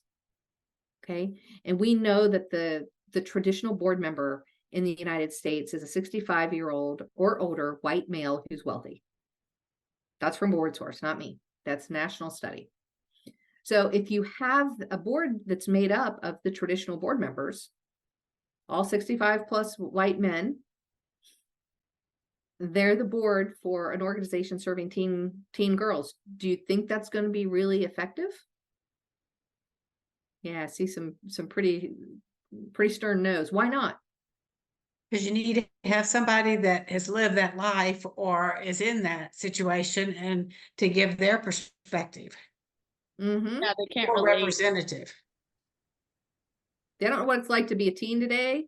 They haven't been mothers. We know, you know, Right. They don't have that life experience, right? So let's reverse it, right? Because it's important. So instead, what we're going to do is we're going to have a board of all teen moms. Is that going to be helpful for the organization? No. No. It's Well, why one not? extreme or the other. You know, you're talking about two extremes. You need to have a balance. Right. So that's why I use such a ridiculous example, because it's really easy for people to say, well, wait, that wouldn't work Yeah. either. Right. we tear down, like, we don't want all these old white men running our board because they don't know how to support teen moms. And then we go, well, wait, the teen moms, we're still trying to figure out life. We're probably not going to be the best people either. So, but what is a good board? Let's take a couple seconds and build a good board. Who are the kind of people that might serve on that board? So I do actually serve with an organization that has a wonderful board. I was referring to Mhm. another organization that I've served with before in my previous question, but this organization that I currently serve has about 1 to 2 people who have gone through the program that the organization provides.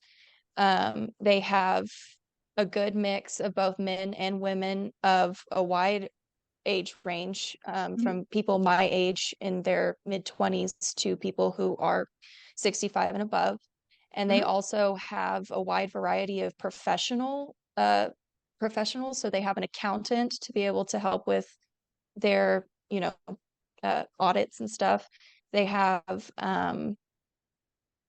a mental health professional to be able to help with the substance abuse programs that we have, and so on, and a lawyer, and so on and so forth. So they have a bunch of different professions sprinkled in to be able to support and give different points of views on things. Right. So being informed a little bit more by that, what are let's think of who could serve on this teen mom board.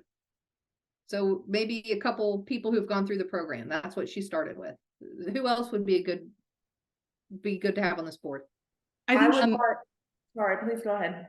Okay, sorry. I think she was saying like people who've been through the program, but also maybe because the program's new, but maybe like just straight up like teen moms, but maybe not teen moms who had obviously like just given birth, but maybe like a teen mom who is now like 40 years old and like she's like, you know what I mean? If that kind of makes sense. Absolutely. Perfect. Who else?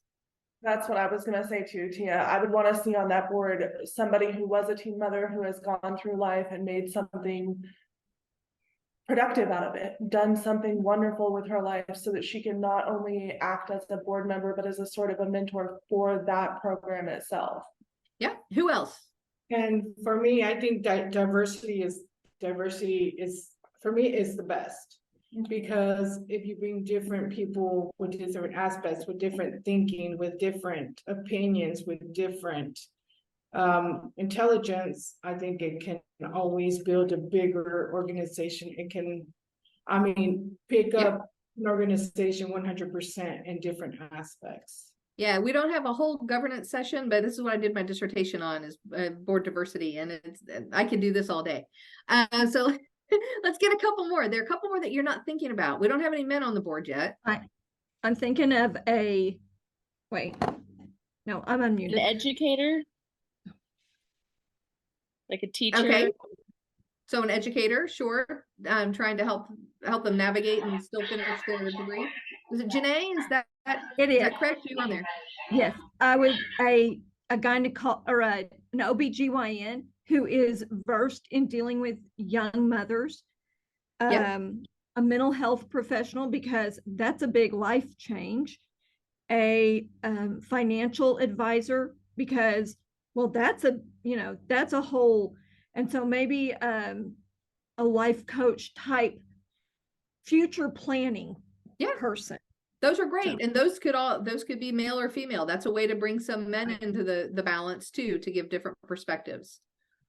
You know, I also think maybe like an older child of a teen parent, because like for me, I was my parents were teen parents, and I feel like I have a different experience, different childhood than a person who had normal age parents. Does that kind of make sense?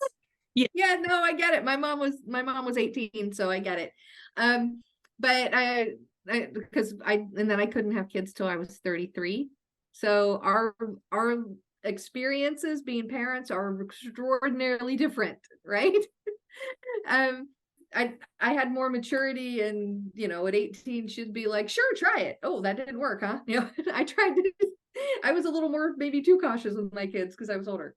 So that's what we're talking about. We need age differences, right? We need different cultural backgrounds. We need different professional expertise, right? Different gender. So I was so excited to hear you say that, because it usually is the last one that comes up is to say, wait, what if somebody was raised by a teen mom? Maybe a guy that's really successful now, and he's committed to this organization because his mom like raised him as a single mom and a teen mom, and he's going to come back and write massive big checks now because she's his hero, that kind of thing. So how different is that?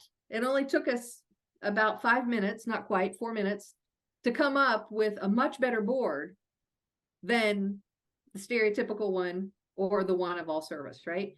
So that's something that you guys can do as part of your process, perhaps, is work with your partners to look at their board composition. Okay, because that's a very strategic thing to do for the organization. But that's something for you to think about next time when we're working with your site managers, so coming up with good projects for you. Hey, Angela, can I ask you a quick question? Sure, and then we'll dive into the leadership stuff to wrap up. Okay, so what I'm wondering is, I know to become a nonprofit, you only have to have 3 board members. And so what do you see as, like, if we're looking to get grants and get money from different people, what do you see as what they want on the board as far as the number of people or, and the makeup, that kind of thing? Well, the primary thing is don't fall into the mistake of, I'm starting a nonprofit, so I'm going to have my mom and sister be my other 2 board members, right? They don't want family members. They want people who care about the mission. They want to see people who have expertise that make sense. So sort of the subject matter experts. And they want to tend to see people who have strong background in finance to be able to make sure that you're doing everything okay in that area. But boards, it depends on the size of your organization, but we're looking at for a small to mid-sized organization, having like 7 to 13 board members is pretty good. If you get larger, larger organizations, more along the lines 17 to 25 board members. Okay. Okay, thank you. Well, have let's a go question. ahead and dig it. Okay, one last one, Tia. I'm so sorry. I don't have to ask it. Sorry. No, go ahead. Oh, okay. How would you recommend somebody like me? And I feel like the board at the area at this specific nonprofit is very one-sided and everything. How would somebody be like there should be more diversity? Like how could I tell them like there's an issue with the board without being mean, without saying like that? Right. So that's kind of where I went back to the answers I was giving Brianna earlier, where you asked questions about it, saying we studied a little bit about how important boards are, and we talked about board composition, and I looked, and it seems like we have, 5 attorneys and 2 finance. And what I tend to see is people are more open-minded if you approach it from a balance of professional expertise and then move into other areas of diversity, rather than start with visible diversity by saying that it's all men and 1 woman and we should have a balance, or we don't have any African Americans, we don't have any Asian folks, we don't have any Latinx representation. If you start there, I tend to see people not be as receptive. So start with overall diversity as far as professional expertise, age, gender, and then bring in race. And then if you're a faith organization, you could bring in that element too. Okay, but it's just asking questions. Real quick, so let's go ahead. Gonna say Yes. for some of our members, they're not going to have that intimate knowledge of their nonprofit organizations, right? That's something though that is an opportunity that if you're not as aware and you want to learn more about that, is talking to your site supervisor, getting a little bit more information. And this is also some of the stuff that we'll go over soon. I think at the January 12th meeting, we hope to have all of our site supervisors there, because this is also pieces of this are in that organizational capacity toolkit. So, leadership is one of those, and board and governance, that's all in that organizational capacity toolkit. So that can be a great tool to use also in asking those questions and learning more and hearing those stories from your site supervisors too, because there may be reasons that you're not aware of why all of these things look the way they do, right? And so using those things, using that tool will be a good way to do that. So this is just an opportunity for us to kind of learn, get that foundational information, and then we'll go into more detail, and we can help any of you who, are struggling or need additional information. We can go over some of that too. Angela, I had one question for you also, because some of our folks who are on this call and some of our members are serving in, more of a government capacity. So we have some who are working with local governments. We have some who are really education focused. And even though those are different from, what we would consider a regular nonprofit, there are so many similarities. And I know we're running short on time, but just wondering if you could touch briefly on how some of these things are similar and these things are relevant to what they're doing in their work as well. Absolutely. Almost everything is similar when you're looking, particularly if you're looking at education and like a government sponsored educational institution, right? The only difference is really where the money's starting to come from, and they still have board members, but their board members are appointed, right?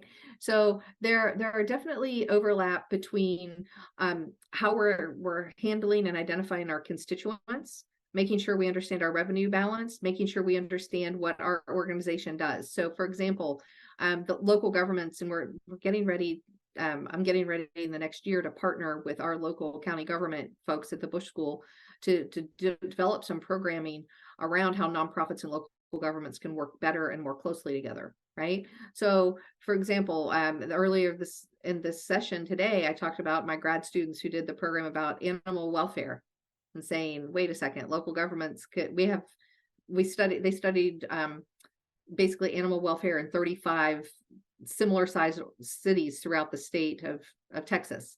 And we came up with some really good examples of what worked and what didn't work. And what really worked well was when government outsourced it to a nonprofit. And so they provided the nonprofit with the revenue stream they needed, but then they stayed out of the business and they let the nonprofit and their volunteers run and who really loved animals do it instead of allocating, for example, police resources to go out and serve as quote, dog catchers, right? So that's an example. So we have to think again about how we're deploying our human resources, our financial resources to get to the ultimate mission of what we're doing. So I hope that's helpful. And we can maybe talk a little bit more about it in the next 2 sessions. And I think particularly when it comes to vision and mission, when we talk in that session, we can talk a little bit more about it, more specifically toward the folks that are with government. Does that sound good? Okay. Great, thank you. So I'm going to get through our leadership piece pretty quickly. A lot of this has to do and is going to be reinforced when you read the Collins monograph, which is something we really want you to do between now and then. I'm going to jump in on our screen share again. So Collins is the author of Good to Great, and he has this premise that the answer isn't running nonprofits like businesses, okay?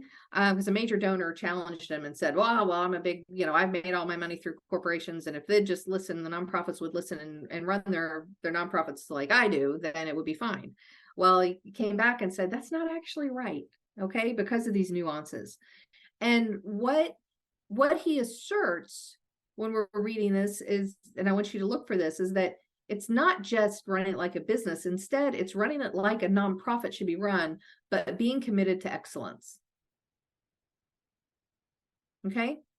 So as he writes, he talks about the fact that the power structure is really different. And we've talked about that, how you don't just come in all of a sudden as the CEO of a nonprofit and all the board members do exactly what you say and all the volunteers do what you say. And that's definitely very different in government and somewhat in corporate, right? We have to think about the human capital structure being different. This idea that a lot of times people don't understand how complex our nonprofit sector is. It's not just run it like a business. We can't, right? Our metrics are different. We have to be more thoughtful. Our revenue streams are different. How we get our work done and the way we use our people, that's all different. So we have to think about it. But he does talk about 2 specific kinds of leadership. Okay. And this idea of executive leadership is more authoritarian, right? I hold a certain position and people are going to do what I say, versus legislative leadership. Okay. And legislative leadership is what we tend to use more in the nonprofit space, because what we're doing is getting buy-in from our constituents. And sometimes it can come across like we're not making decisions. And it's not that we're not decisive, but it's that we know we're going to be better off if we decide to have a capital campaign.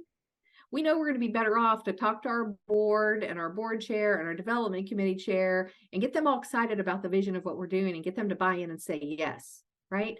And then for us to go out and talk to some major donors in a feasibility study and some of our, our staff to involve them and say, hey, you know what, we're thinking about, building this new building because they can help your part of the organization this way and your department this way and your department this way.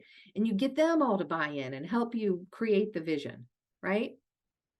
That's legislative leadership. It's involving people in ways that are meaningful. It's listening to them, involving them at the right place and getting their buy-in and really leading them to an end result, versus coming in saying, oh, now that I'm the head, we're going to build a new building without talking to anybody, because that's what you could do in corporate or government.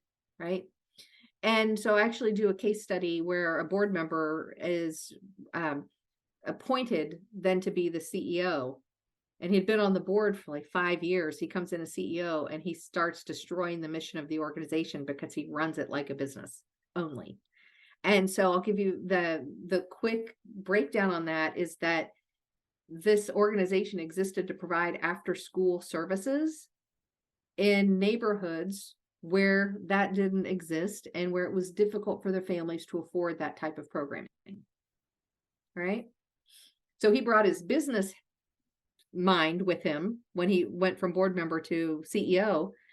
And he said, well, this is going to be easy. We're going to open up a new center. And it was in the richest part of town. And he was going to shut down 2 of the other 3 centers because they weren't making any money. Well, that was the whole point, right? It's like he's destroyed the mission.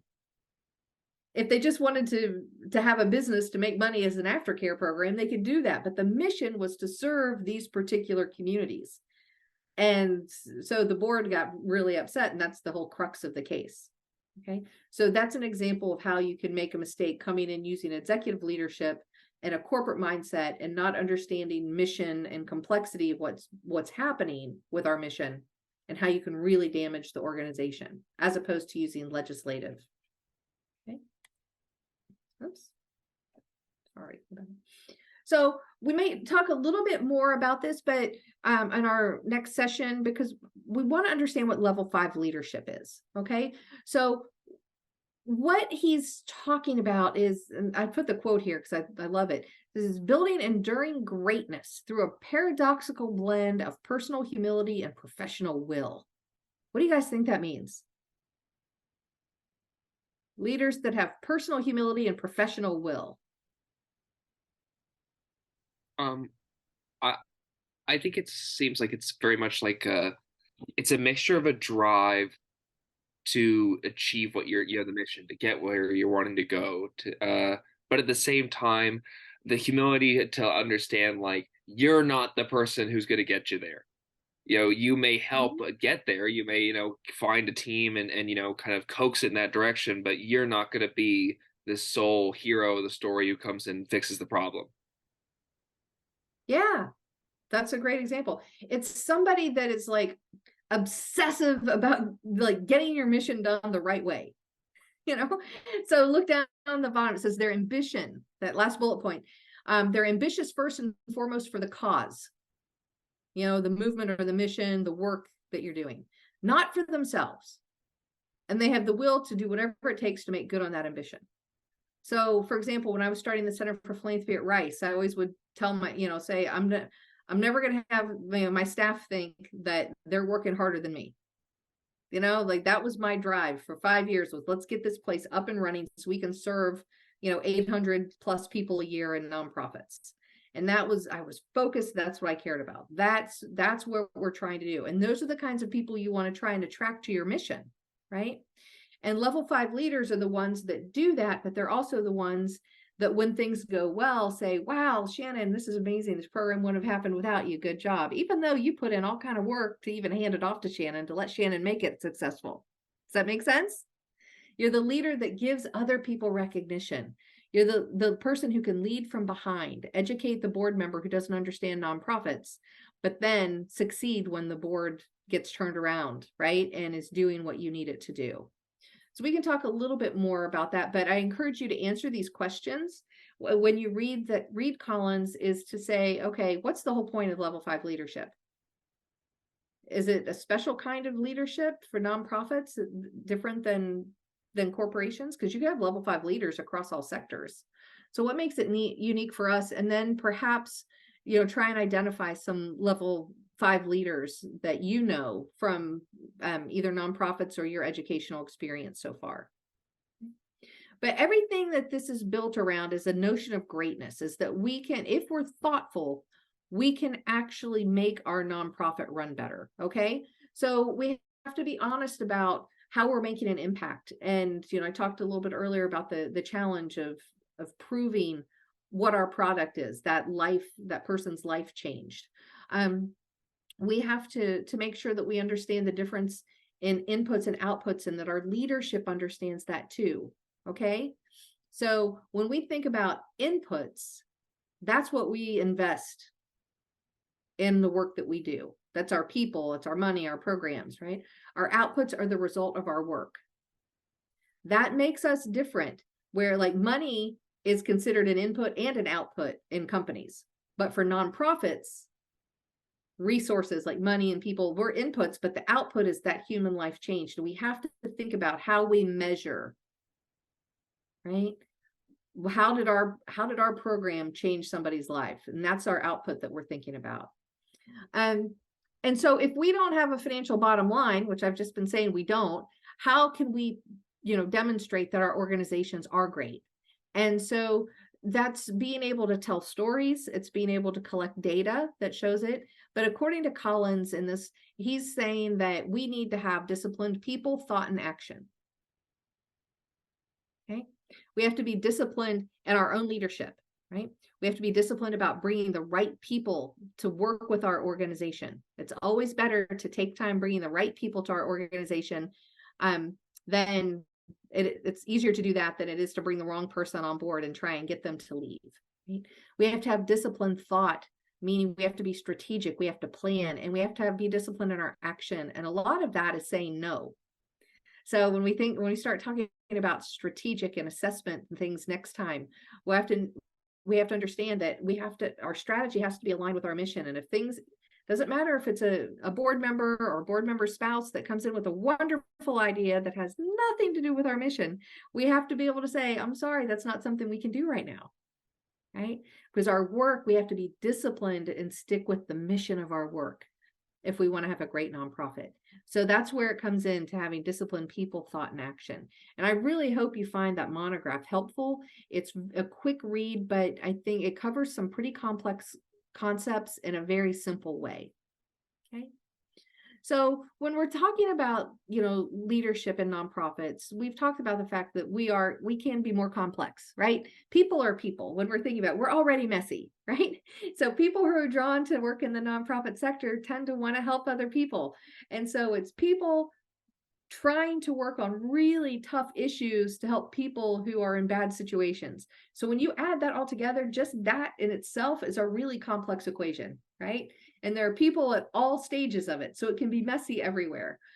So that's why we need to have a focus on this level of greatness and leading in a way that respects everyone around us, and truly being a strong leader to get volunteers and board members and donors and our staff all marching in the same direction to make sure we're providing the best service that we can and best products for our community.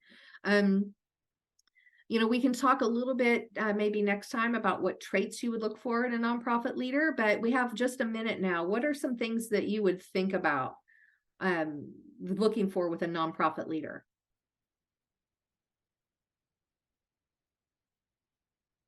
Somebody who's maybe running one of the organizations you volunteered with. What are some traits you think these people need to have? Control over their ego. Yeah. Kind of selfless or self-sacrificing, because sometimes you have to make a decision for the better of the nonprofit and your group that you're working with, rather than just staying late at work or something one day. Yeah, absolutely. What else? Someone that Oh, you cut out. Someone that can build a team. Can you guys hear that? Yeah. I'm sorry, we can't hear you. You might have to put it in the chat.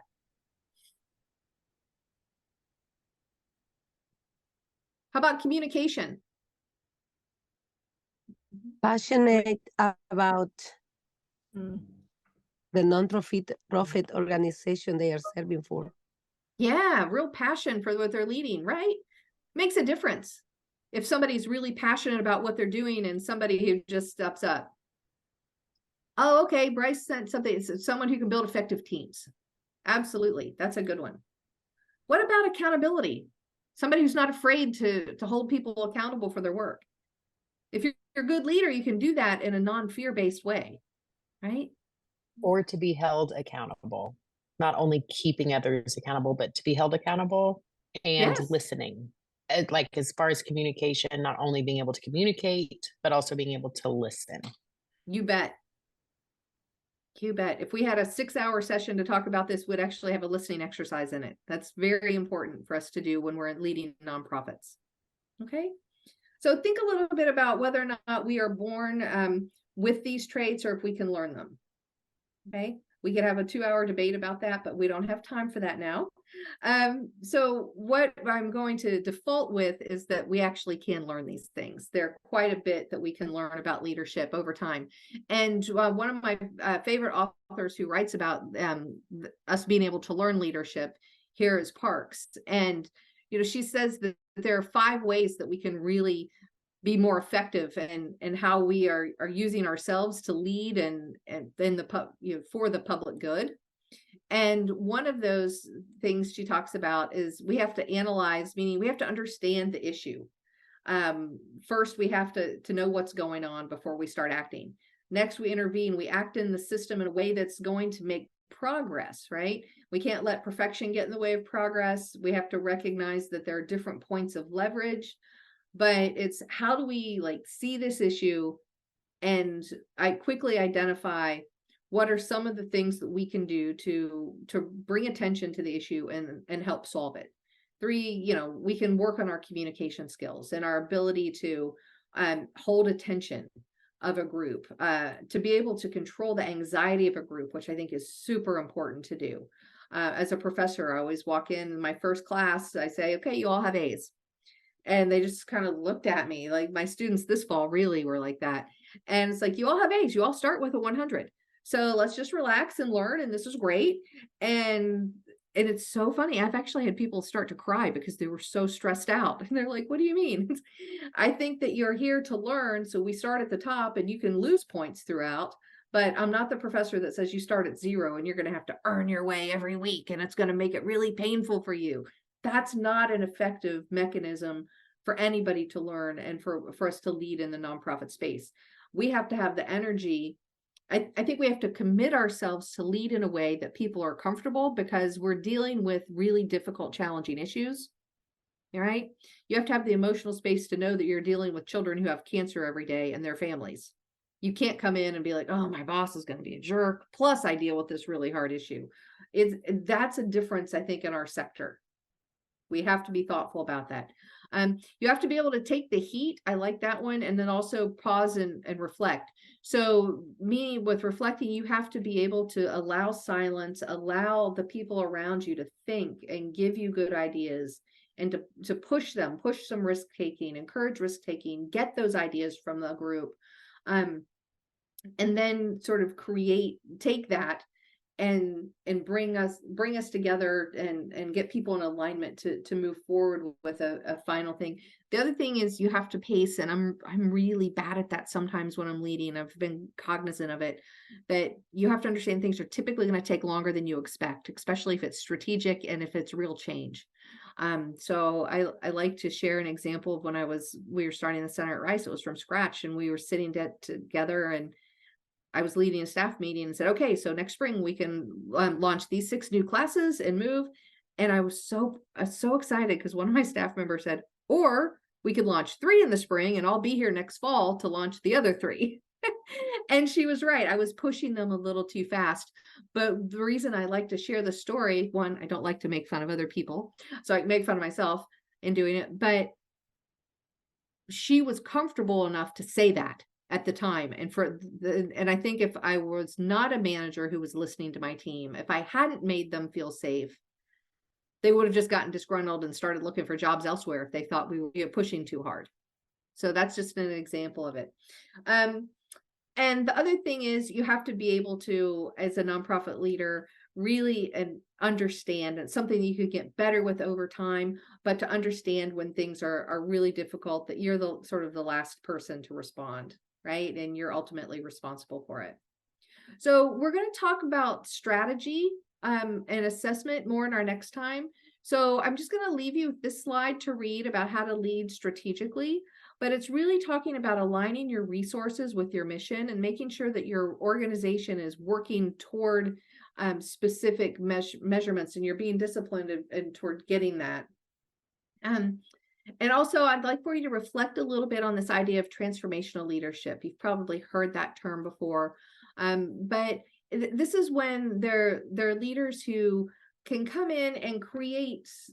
Often they're confused with charismatic, but they come in and they can create such a sense of common purpose that no matter if you have a staff that they weren't even getting along before, they can like sort of heal the staff, bring them together, take the organization, they can paint a vision and take everybody to sort of that next level.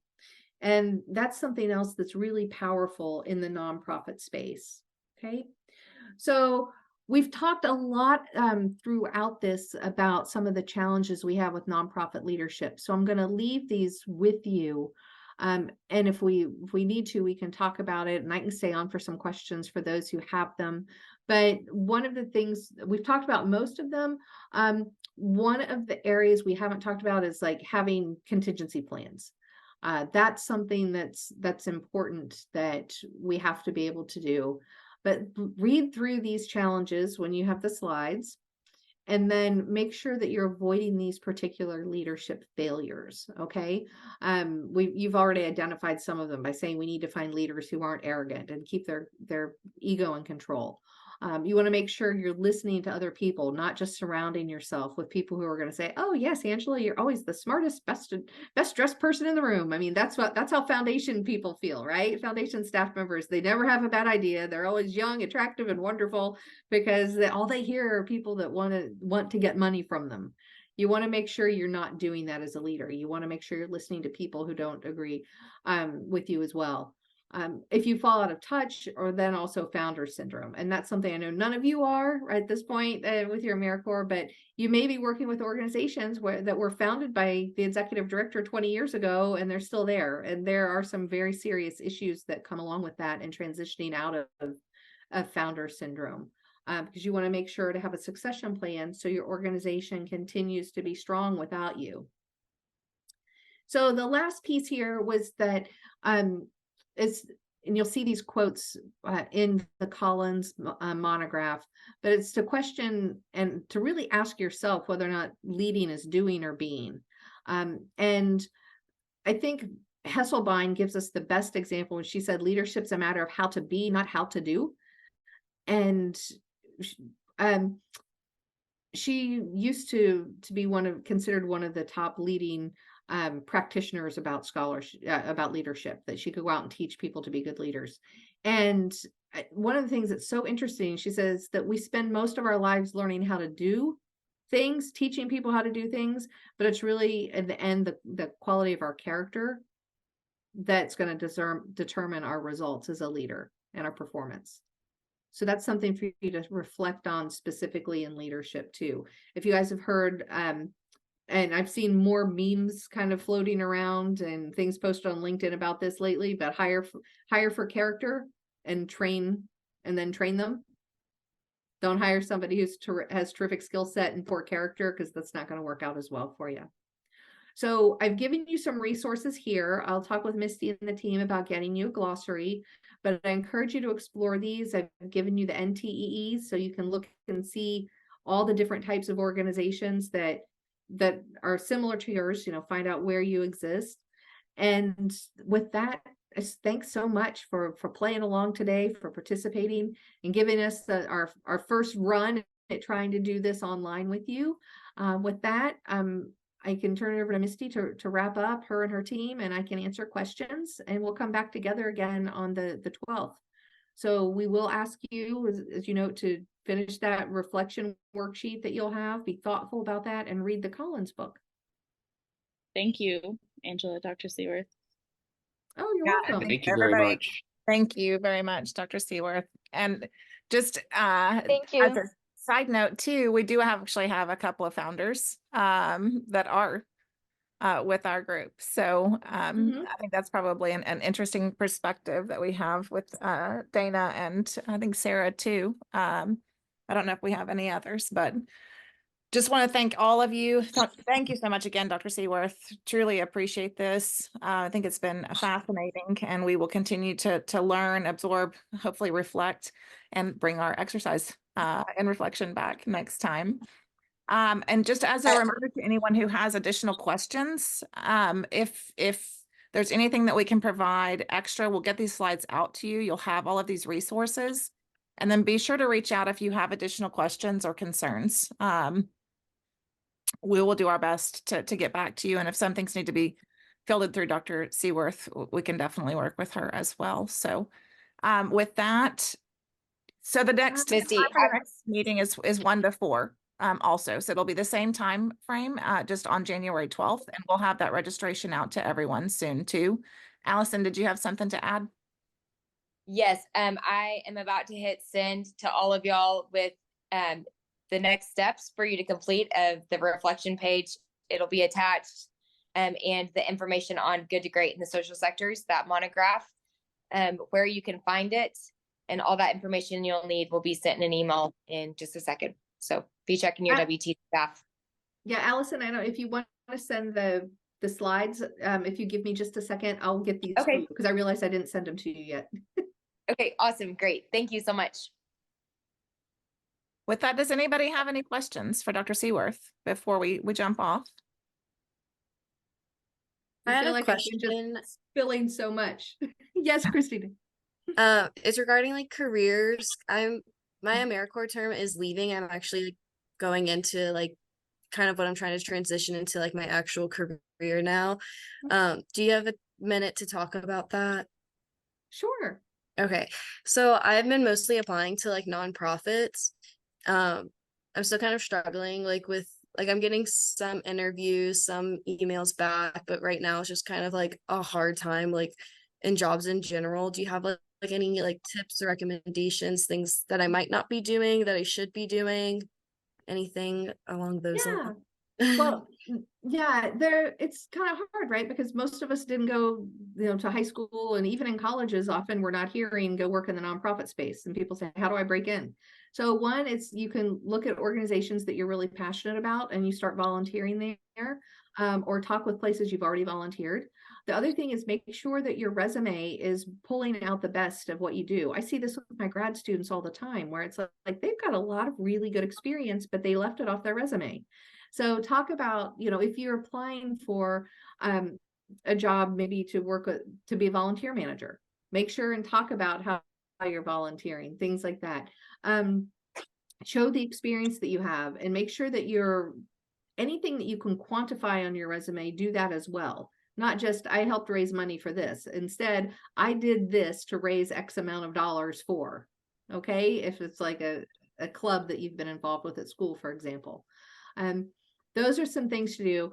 And also you can look at highlighting your functional expertise, right? If you've worked as a summer camp counselor for a while and you're looking to work at a health and human services agency, you can break that down to say, this is the service provision experience I have, right? This is the volunteer work that I've done. This is how much I've done to raise money. So if you start tailoring your resume a little bit more in the nonprofit language, that helps you stand out compared to some other folks. Okay. Thank you. Okay. Well, and Christina, Yeah, I was going to say that's too, helpful. sorry, Dr. Seaworth, just really quickly. Christina, I know you won't be with us for the remainder of time, but we do have Dr. Kinski is going to come in. And if we can help connect you with that, even though you won't be with the program anymore, I'm happy to explore that with you, because Dr. Kinski is going to come in and really kind of help with these specific things. So it's looking at how do you create that LinkedIn profile? How do you speak and tell that story so that it's more clear and you're getting those things to the forefront, and really being able to clearly articulate these things. So we're going to do some more of that throughout the spring semester. And again, even though you won't be with us, if there's ways that we can help you with that, we're happy to do so. Okay. Okay, thank you. And being able to actually answer when you talk about things like mission, a lot of folks will come into a nonprofit interview and they won't talk about it at all. They'll use the word company instead of organization. They'll use, they'll talk about, product instead of talking about, so what, I really like to be here because of the mission of your work, as opposed to, I really like this, and using business language. That in itself makes a difference. It sets you apart to say, okay, I've done this. Emphasizing what you've learned through your AmeriCorps experience. That's something that's unique. I've had some nonprofit training, and because of my experience, this is part of your story, right? Is because of my experience with AmeriCorps, I actually want to make a career of nonprofits. And there are a lot of folks going to nonprofit interviews without saying that. Right? So being able to articulate your story is really, really important. Okay, thanks. Good luck. Thank you.